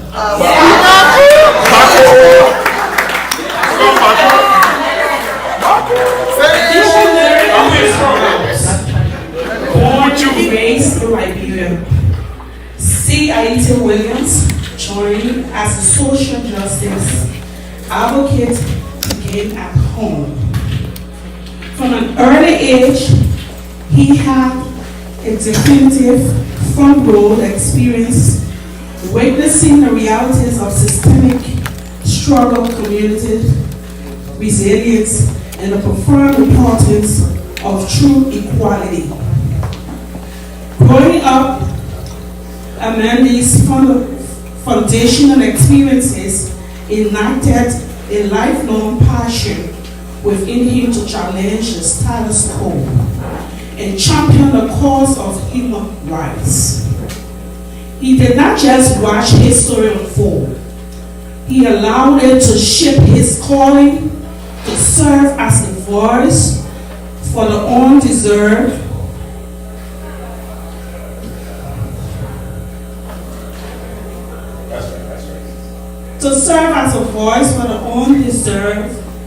for the systemic change. The professional blueprint and infrastructure expertise complementing his first advocacy is a distinguished and professional career anchored in civil engineering, construction, and project management. Mr. Williams approaches community building much like structural engineering, believing that lasting socialist transformation requires a rock-solid foundation. His extensive technical expertise spurred numerous major projects nationwide, ranging from vital municipal engineering to large-scale states and interstate highway and bridge construction. His impact is truly extensive, having managed critical infrastructure across the United States and the U.S. territories, including Puerto Rico and the U.S. Virgin Islands.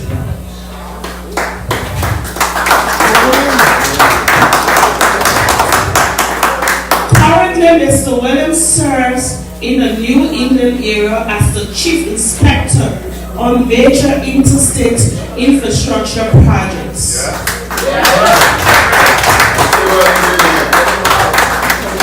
The high-level oversight capacity reflects his strategic leadership, analytical precision, and dedication to safety and excellence, skills he directly applies to mobilizing human potential and structural development globally. The voice for the justice. Beyond his professional accolades, Mr. William is widely recognized as a passionate, thought-provoking speaker and podcaster. As the creator and host of the W2 Movement podcast, he neutralized media as a vehicle for consciousness-shifting dialogue. Known for his unique semantic delivery, his messages are masterfully crafted to challenge conventional thinking, heal historical divides, and inspire collective action.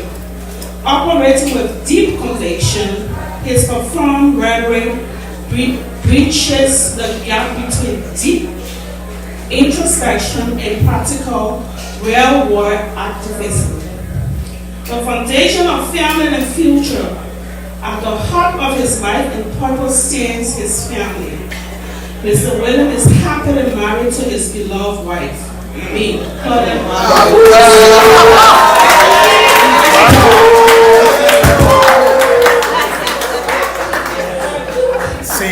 Whose steadfast partnership, love, and shared values serve as the ultimate cornerstone of his strength and inspiration.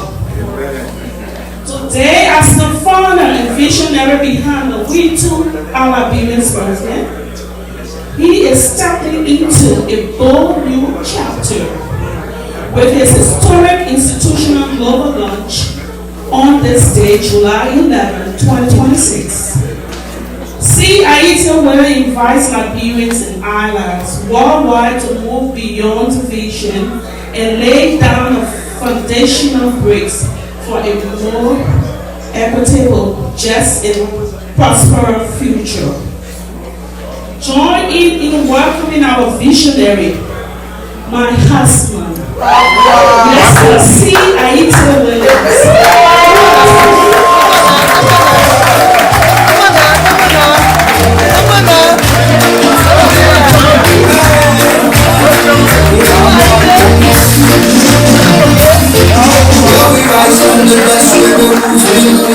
Liberia's heartbeat, how we speak for the meek, see the truth in the show.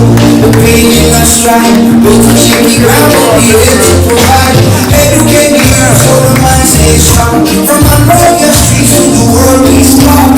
Conscience in the culture, morality in motion. We too are the parents, fundamental locomotion. Roots run deep like a sample for God. Look back to move forward, stand tall. Coming to receive, liberate the mind. We got to see it from wisdom every time we grind, yeah. Thank you everyone for being here tonight. It's funny, ladies and gentlemen, give a round of applause for my wife. Give her a round of applause tonight as we hear from our own, from the humble servant. It's certainly an honor to be here tonight, to speak to you. I really don't have a tendency of being short, being brief. I come off as a Baptist preacher. I have had a series of messages from my podcast and things like that. But what I want to let you know here in the first place, probably hadn't been for my wife Claudette, who will be here. I'll give you a short story real quick. I want to do this in 7 minutes real quick, so give me a second. So when I met her, when I was talking to her back and forth, I like to intellectualize whatever we talk about, like on a very high level. And one time we're talking, I like quotes. So I believe she had about 3 quotes. She exhausted them quick. I still have more. And she said, when you come to my house, please, I don't want no quote. Please, can you please tell me you love me? So that's the joke. And so she said, well, I can do one thing for you. We have to find your peers. And so she didn't stop there. One morning, I think the Coast show, there was a topic on roads and bridges, something along those lines. And she kept calling the Coast. She said, you got to say something because I can't help you, all your conversations you like to have. I don't know. So let's call the Coast show. So she kept calling, finally she got through. And, you know, I spoke on the show that day, I remember. And of course, I himself said, wow, you know, I like what I heard. It was two of us. It was another guy from the fire department. He spoke and then I spoke. I say this because, you know, sometimes we have gifts and talents and we don't know. I will post up on Facebook, you know, I have people call me and say, well, like, oh, you posted. But, you know, there are moments in your life where you meet certain people for various reasons. So I feel like W2R was for this movement. So we just want to applause on that. So because I don't have a tendency of being grieved, I don't like to look at people when I speak. So because I have many things to say, many questions for the world. You know, I mean, question like what it means to be a Liberian. Question like why is it that the growing number of churches in Liberia has not translated into social and economic change? What it means, the illusion of liberty. You know, how can they know until they have a teacher? The Quran says, by no means can no man give righteousness, except he or she freely gives those things that he loves. So those are many questions that I have for Liberia, that I have for the world, because I believe that we all are global citizens.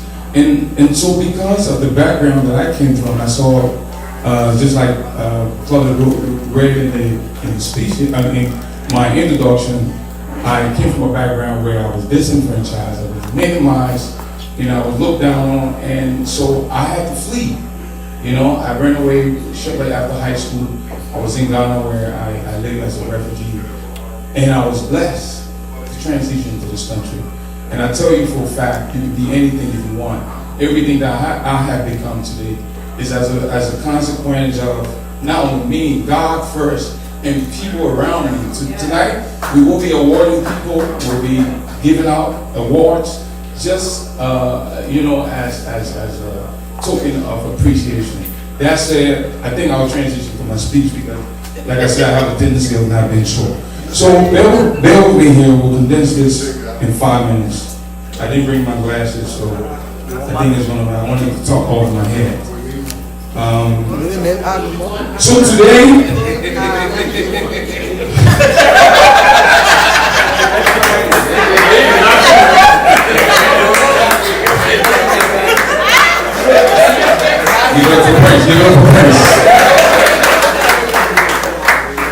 so today, I stand here first to give utmost gratitude to the Almighty God, the architect of destiny, and to our ancestors, those resilient souls upon whose we stand, and not only me. Individuals like Natono, Amaka Pa, individuals like Nelson Mandela, Martin Luther King, Malcolm X. It is on their shoulder that we stand. Let's get straight to the W2 movement. What the W2 movement is. The W2 movement is a social consciousness-based community movement established to revolutionize thought, cultivate purpose, and to empower the next generation. Not only in Liberia, but even across the entire global continent. For too long, people have used the pen and paper to sway our imagination. They have used caste violence that we can use in the context of Liberia, where people vote not based on the issues. People vote based on monetary gains and things of that nature. So we have come, the W2 movement has come. Quite recently, we rebranded to include Black Americans because they probably wouldn't have been a Liberia had it been for the acts of formerly enslaved individuals. May I have your attention back then? Now, the weight of the W2 movement. My friends, today is a pivotal day. It is an August day in its gravity. It is a day that is simultaneously bloody and sunny. A day of fear, struggle, and brilliant hope. This is an historic day that will go down in history. And I'll tell you what's really funny. Can you imagine this is happening in proximity to where the Declaration of Independence was signed? Can we just give ourselves a round of applause for that?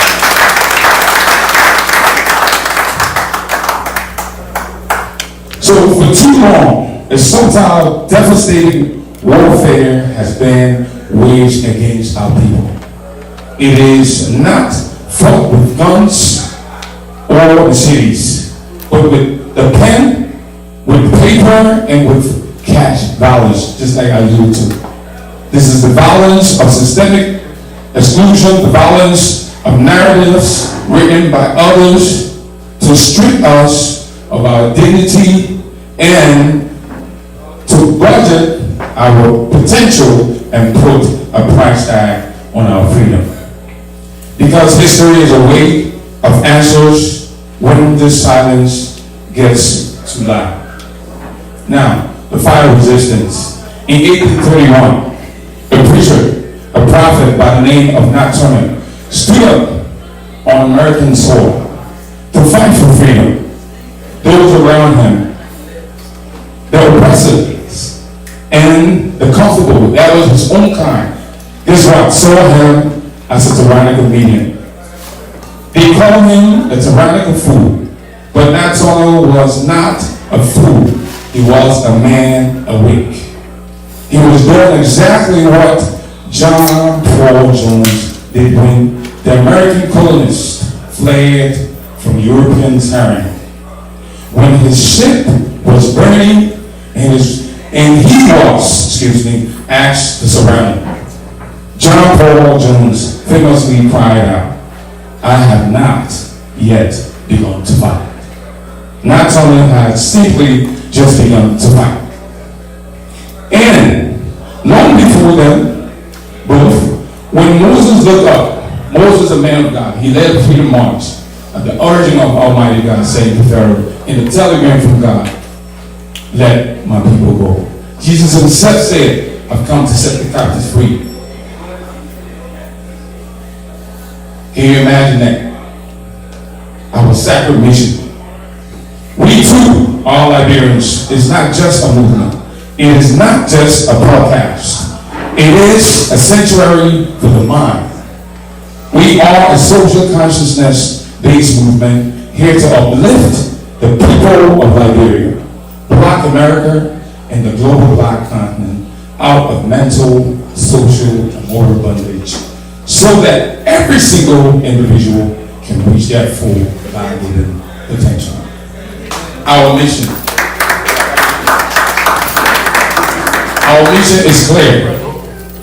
It is unwavering and it is urgent.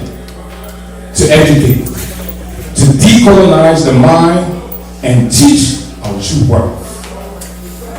To cultivate, to grow character, integrity, and deep purpose within our communities. I'll tell you what, do you know a lot of people have money in their bank account?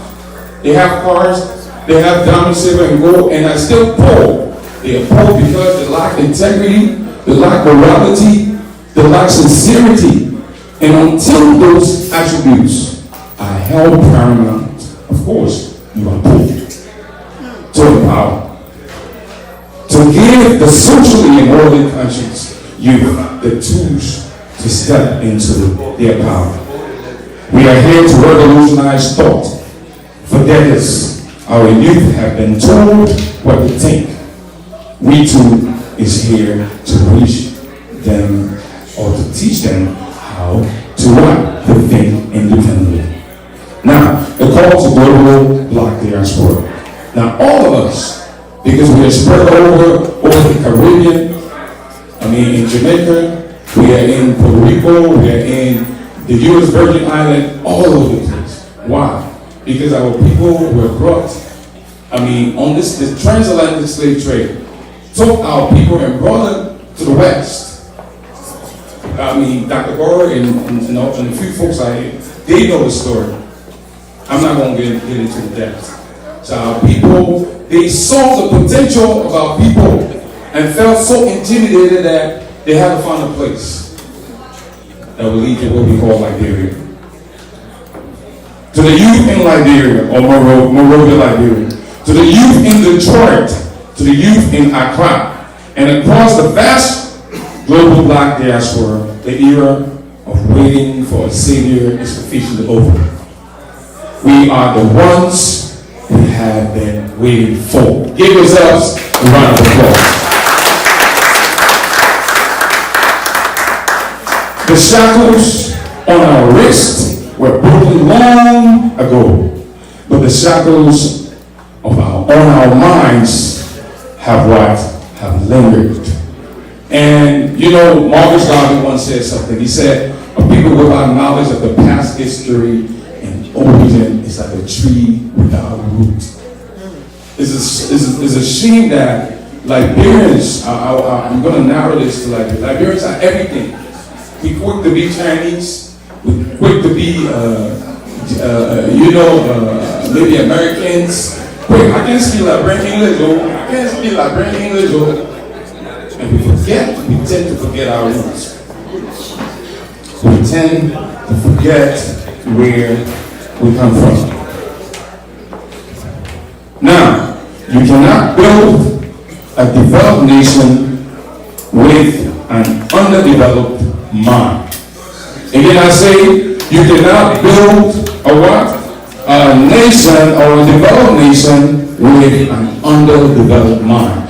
The question here is, who created what you call Zogo? It is by design. Someone wants to widen the gap so that they can stay up, so that, they can have the votes, so that they can control the narrative. And we are saying to our young men and women that you are not Zogo, because we came from the same place you were. We too are Liberians. It's a trumpet sounding in the morning. We are calling on the dreamers, the thinkers, the innovators, and the revolutionaries of thought. Now, the declaration. As I close this address, look around this room. Look at the person to your left and to your right. We are no longer isolated individuals. We are a collective force. To the forces of cash violence and pen and paper tyranny, we have a message for you today. We have just begun to fight. We will fight with education. We will fight with moral clarity. We will fight with unyielding purpose. We will reclaim our youth. We will rebuild our continent, and we will awaken our collective destiny. Thank God. Thank you. Thank the W2R Liberians movement. Blessing is our homeland, Liberia, and bless the global black diaspora. Transform minds, awaken destiny. The W2 movement is the future of us. Thank you.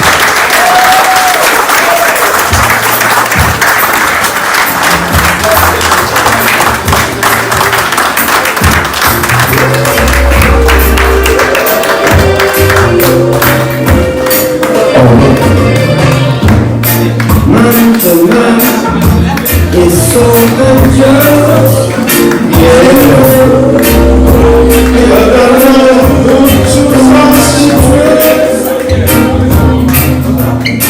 your worst enemy will be your best friend. Your worst enemy will be your best friend. Thank you, guys. Thank you. We gotta move. We gotta keep moving. Yeah, we're just crossing over Kakatan right now. And I want to say here that a movement becomes an institution when responsibility is named, accepted, and made accountable. Leadership is not decoration. Leadership is not proximity to a title. Leadership is stewardship. Those who are installed tonight are not merely receiving positions.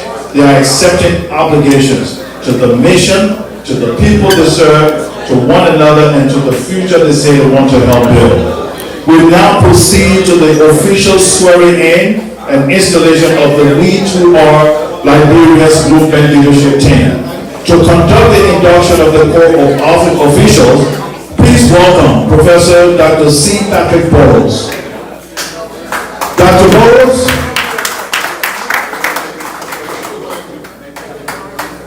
can someone on, get Dr. Burrows for us for the official induction. We gotta go by 12 o'clock, we shut this place down. Evening. Okay, Dustin, can you do something by Buju Banton, please? Yeah, Destiny. Yeah.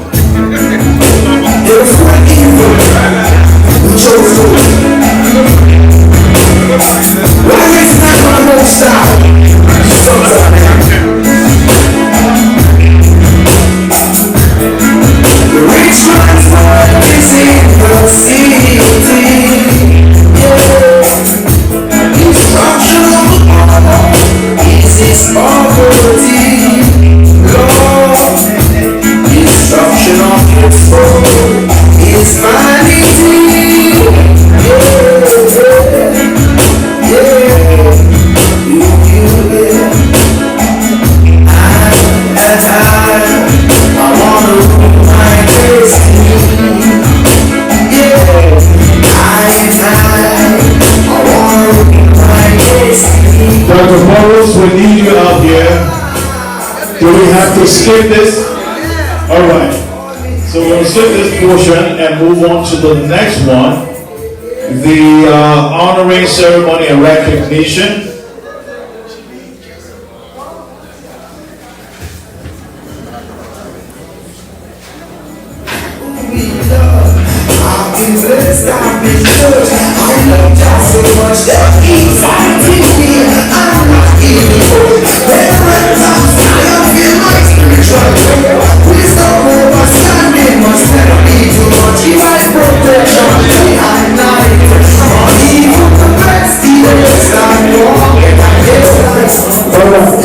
We're getting right over to the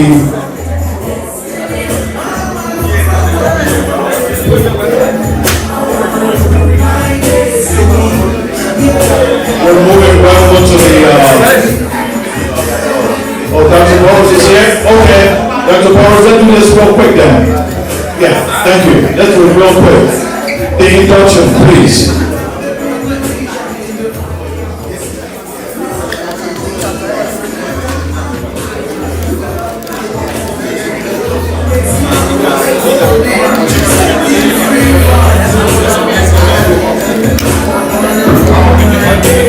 All right, well, let's get right into the honoring ceremony here, and I want to say behind every visible milestone are people who give time, counsel, resources, credibility, labor, encouragement, and sometimes sacrifice. This ceremony is therefore not an interruption of the mission. Gratitude is part of the mission. We now begin the honoring ceremony and recognition, including the presentation of plaques and awards and expressions of gratitude to tonight's honorees. We're going to start with the Blueprint Award.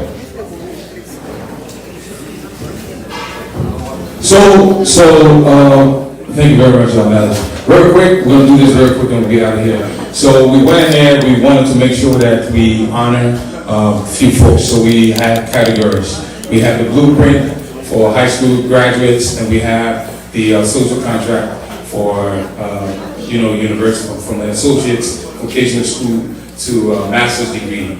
And then we do have the Transcending. Blueprint is actually, as you know, before a building is constructed, what you do, you find an architect, he designs the building, you give him a conceptual view of what you want, and then he put it together. So we know that high school students, normally you graduate, you start going, after I want to be a nurse, I want to be this, only because of the monetary value. And the decision that you make from high school determines your tomorrow. You don't have to be a doctor, you don't have to be a nurse. You can be a carpenter, you can be, just a janitor. I mean, but just be the best. So on that ground, we put together the blueprint where, the master ceremonies will be giving that out, and then we'll do our social contract, because college, when you graduate college, you're supposed to be able to give back. It's not just a document that you put on the wall. It's a responsibility. And the transcending is what you should be doing research, you should be giving back, you should be questioning, someone testing, and bringing back results. So we're not just giving people awards because we want to give it, but we went ahead and we put these names in the pot, And so those who will be coming out here, we value them. We're not saying that we don't value them. So we'll go ahead and start with the blueprint. All right, so once the dinner is called, DJ, please, drive a nice music behind the recipient.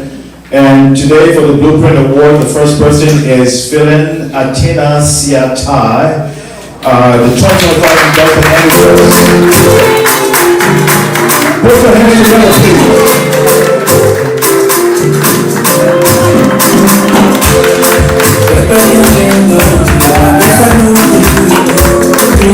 Beautiful.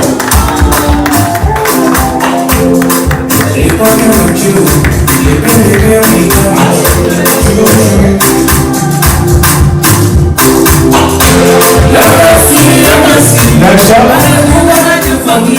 I'd like to call the next recipient of the Blueprint Award, Atimas T. Sirleaf.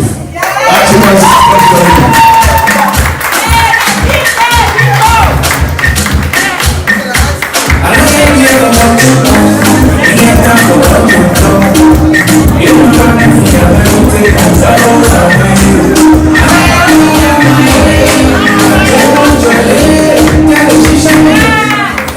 Wow, that's right. Now we go to the Social Contract Award, and this one is for Mr. Christopher Cully Sr.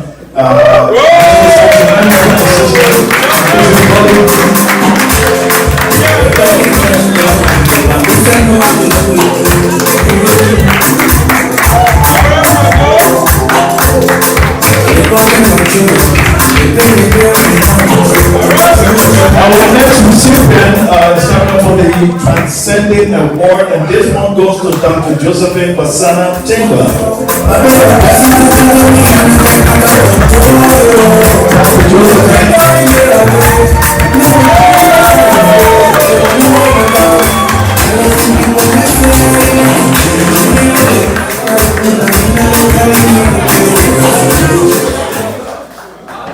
Now the Cornerstone Award, this one goes to Fanta Fofana Lemadeng. Yes, we want to say something. So real quick, the Cornerstone Award, businesses, we've had a lot of businesses, and there are some businesses that have sustained, tragedies and all that. So these businesses, we put in the pot, they've been around 20 years, they've been able to sustain themselves, and we just want to let you know that we acknowledge you. We Okay, that's the Cornerstone Award for Fanta Fofana from the Lemadeng. Is anyone here to receive the award? Okay. Now the next one here, another Cornerstone Award goes to my man. The name has been in our community for a long time. You've got to know this guy. I'm telling you. Please, let's recognize Mr. Alfonso Siki Horton.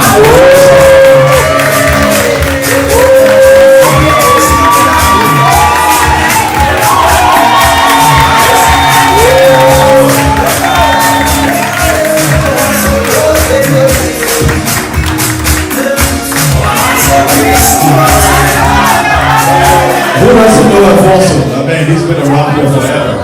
Now this one, remember the guy was up here, and I also mentioned what they did in Cape Mount for the women over there. So for the another Cornerstone Award for Pan-African Self-Reliance, and this one is honoring structural empowerment and global humanitarian dignity, is presented proudly to Solid Foundation Charity USA, and this one is the Jiva Kamara.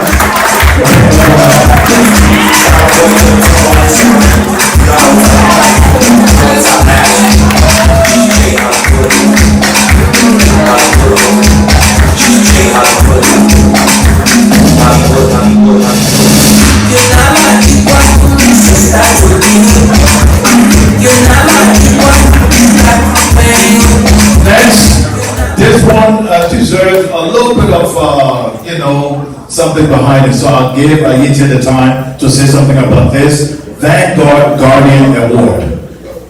So Eric Banto and Jaja, when we came to America, we came as refugees, and Eric Banto and Jaja were the coaches for a lot of us. Not only were they coaching young men who came as refugees, but they would coach these young men, and then they encourage them, take them to college, some of them graduated. They didn't stop there, but also went ahead and created a job, placed them. So, you know, we have different organizations now, emerging organizations that have come to being, but Eric Bonto, Jaja, they started it, so we want to make sure that we give them that award. That's the rationale behind that award. Eric Bonto, Eric Bonto.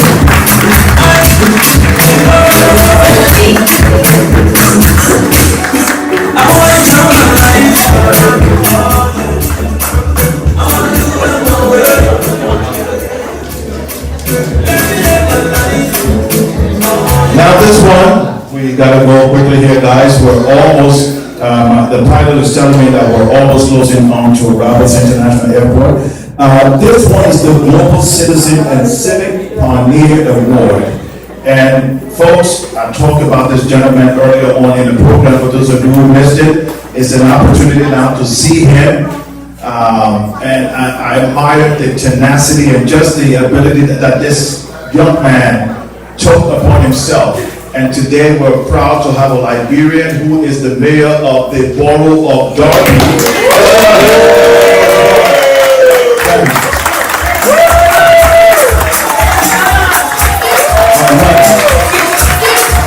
Please give it up for him. Come on.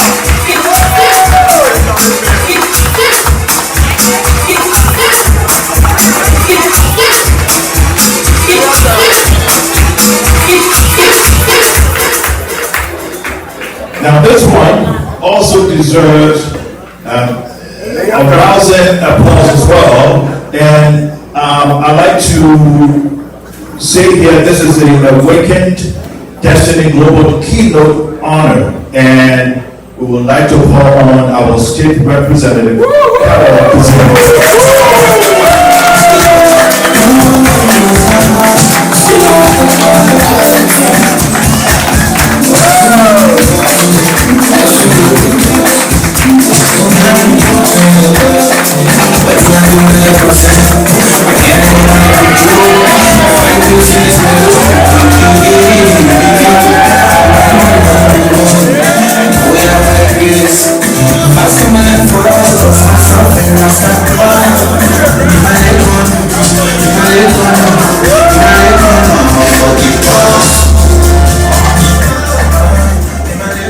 Knowing your history, knowing where you're from is foundational. It creates the pathway to understanding where you're going, your future. Tonight we had an opportunity to share the stage with someone who has, enormous understanding of the history of our country. Tonight, this award goes to, let me say the award first, is the Ancestral Truth and Sankofa Heritage Award for Dr. Patrick Brooks.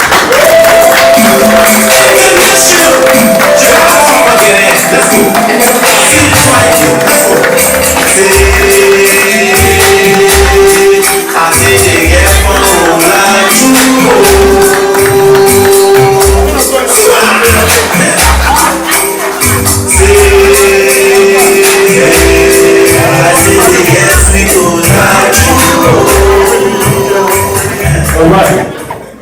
Now we're about to call on another great entrepreneur, and this one is the Classic Heritage and Capital Pillar Award. It goes to Williams Wilbert Banks. Put your hands together, please, for Mr. Banks.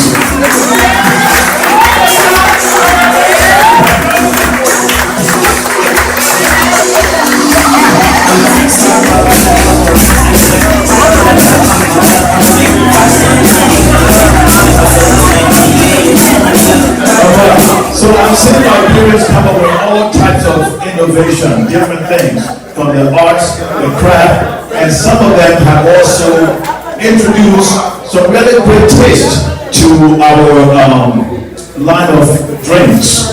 Tonight we have the Indigenous Innovation Award, and this one is for Mr. and Mrs. Himian Jones and Trinidad Cully Jones.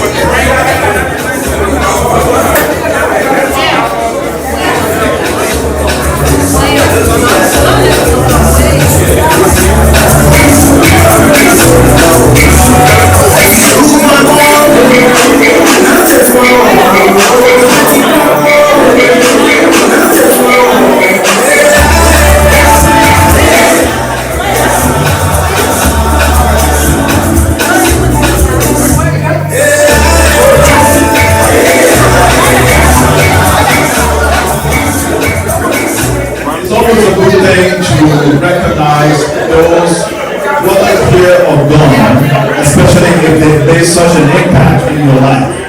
And tonight, the W2R Liberians movement would like to recognize a very special friend who's no longer here with us. And this one is the On the Bus Lifeline Award for the late Zizi F.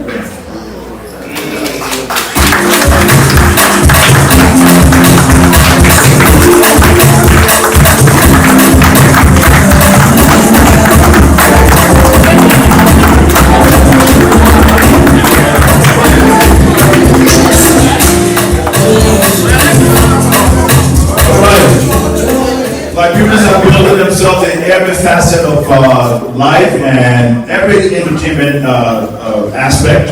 And tonight we want to recognize someone who's done very well in the movie industry. And this person I've worked with several times as well. The award is called the Sonic and Cinematic Vanguard Award, and it's for Mr. Prince Wahi and Juka Media.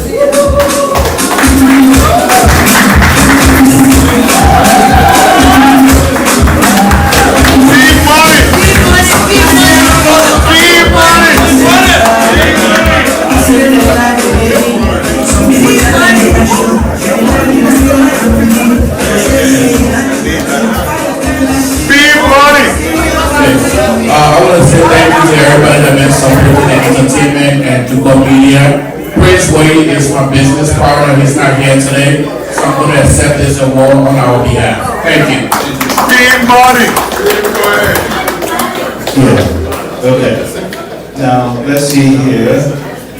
We have this one. So you've all been, how would I say it? I think you love the decor in here, the setup and everything. Someone is behind all of this. And for the kind of work that this particular group or organization, what they do in the community is worth recognition. And so this one is the Ubuntu Exemplar of Principal Leadership and Sovereign Enterprise Award. And it's going to Anitra Zaro and Traza LLC Prince.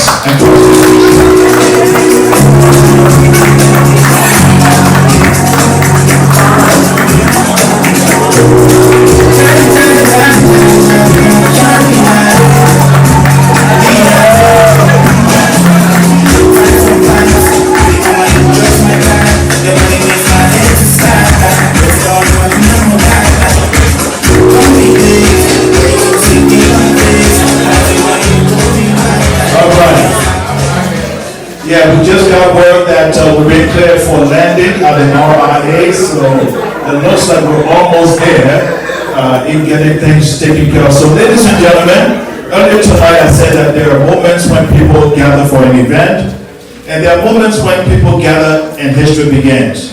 Whether history began here tonight will not be determined tonight. History will answer that question later. It will be answered by what happens tomorrow, by what happens next month, but what happens when there are no cameras. But whether these ideas become programs, whether programs become institutions, whether institutions produce results, and whether the next generation inherits something stronger because we were here. The lunch is ended, the work is beginning. So when you leave this formal program tonight, do not simply say, I attended the lunch of a movement. Ask yourself a more difficult question. What movement has this lunch begun in me? And this is where I'd like all of us to say this again. When I say transformed minds, you say awakened destiny.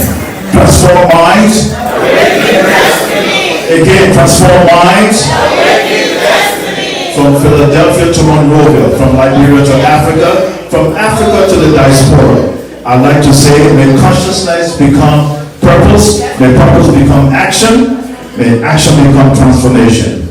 On behalf of the W2R Liberians Movement and Podcast, thank you to our distinguished guests, speakers, dignitaries, partners, donors, performers, organizers, volunteers, banquet staff, and every person who joined us tonight. The formal portion of our evening is now concluded. But the celebration is just beginning. Good night. God bless you. God bless the W2R Liberian movement. And God bless the Republic of Liberia. Thank you. Because we skipped it, we never went back to it. Praise, Steve Quayle, please come up.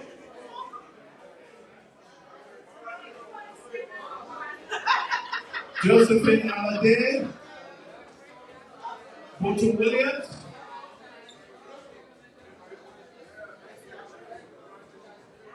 Eddie Dixon. Eddie, where are you? Eddie Dixon. Eddie.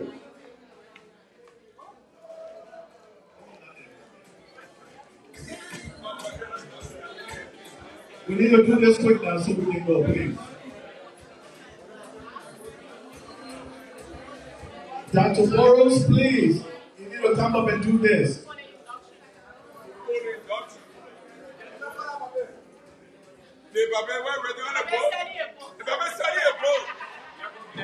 I'm gonna breathe. I'm gonna breathe. Y'all give me 2 minutes. If not, we'll have to call someone else to do it, please.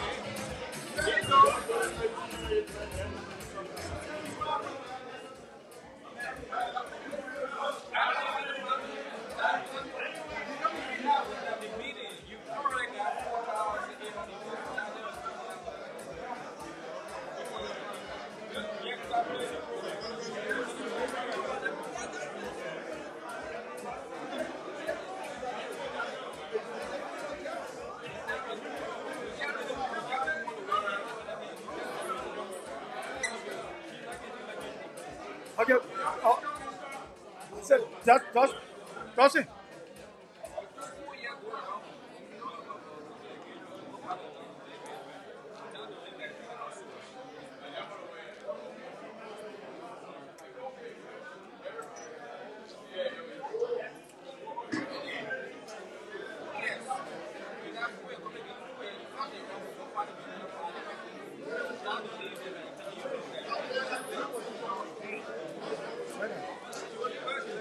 You'll get right in. Perfect.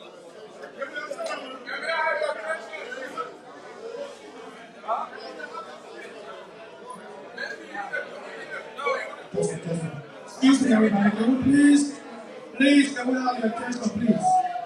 This is very critical and important. Excuse me. Can we please have your attention, please? Please.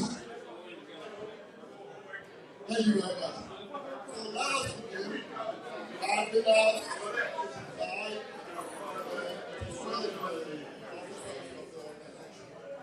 Okay, Bobby. please raise your right hand. You gotta go close. Please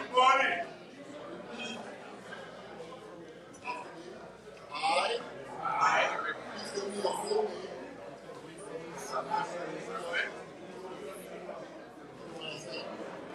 Do solemnly swear and affirm before this assembly and the people of Liberia that I will faithfully execute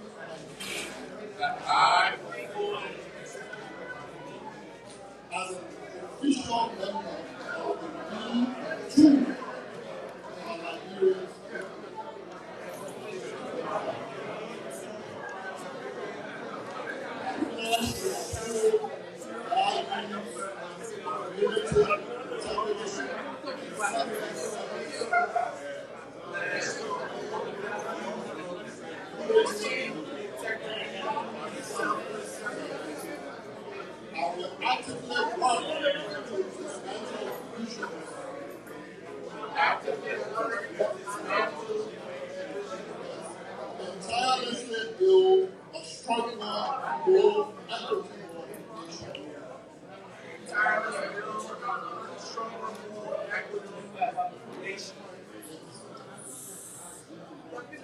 my time and my energy and my talent to the advancement of this movement and my country. Should I falter in my duty, let this assembly hold me responsible.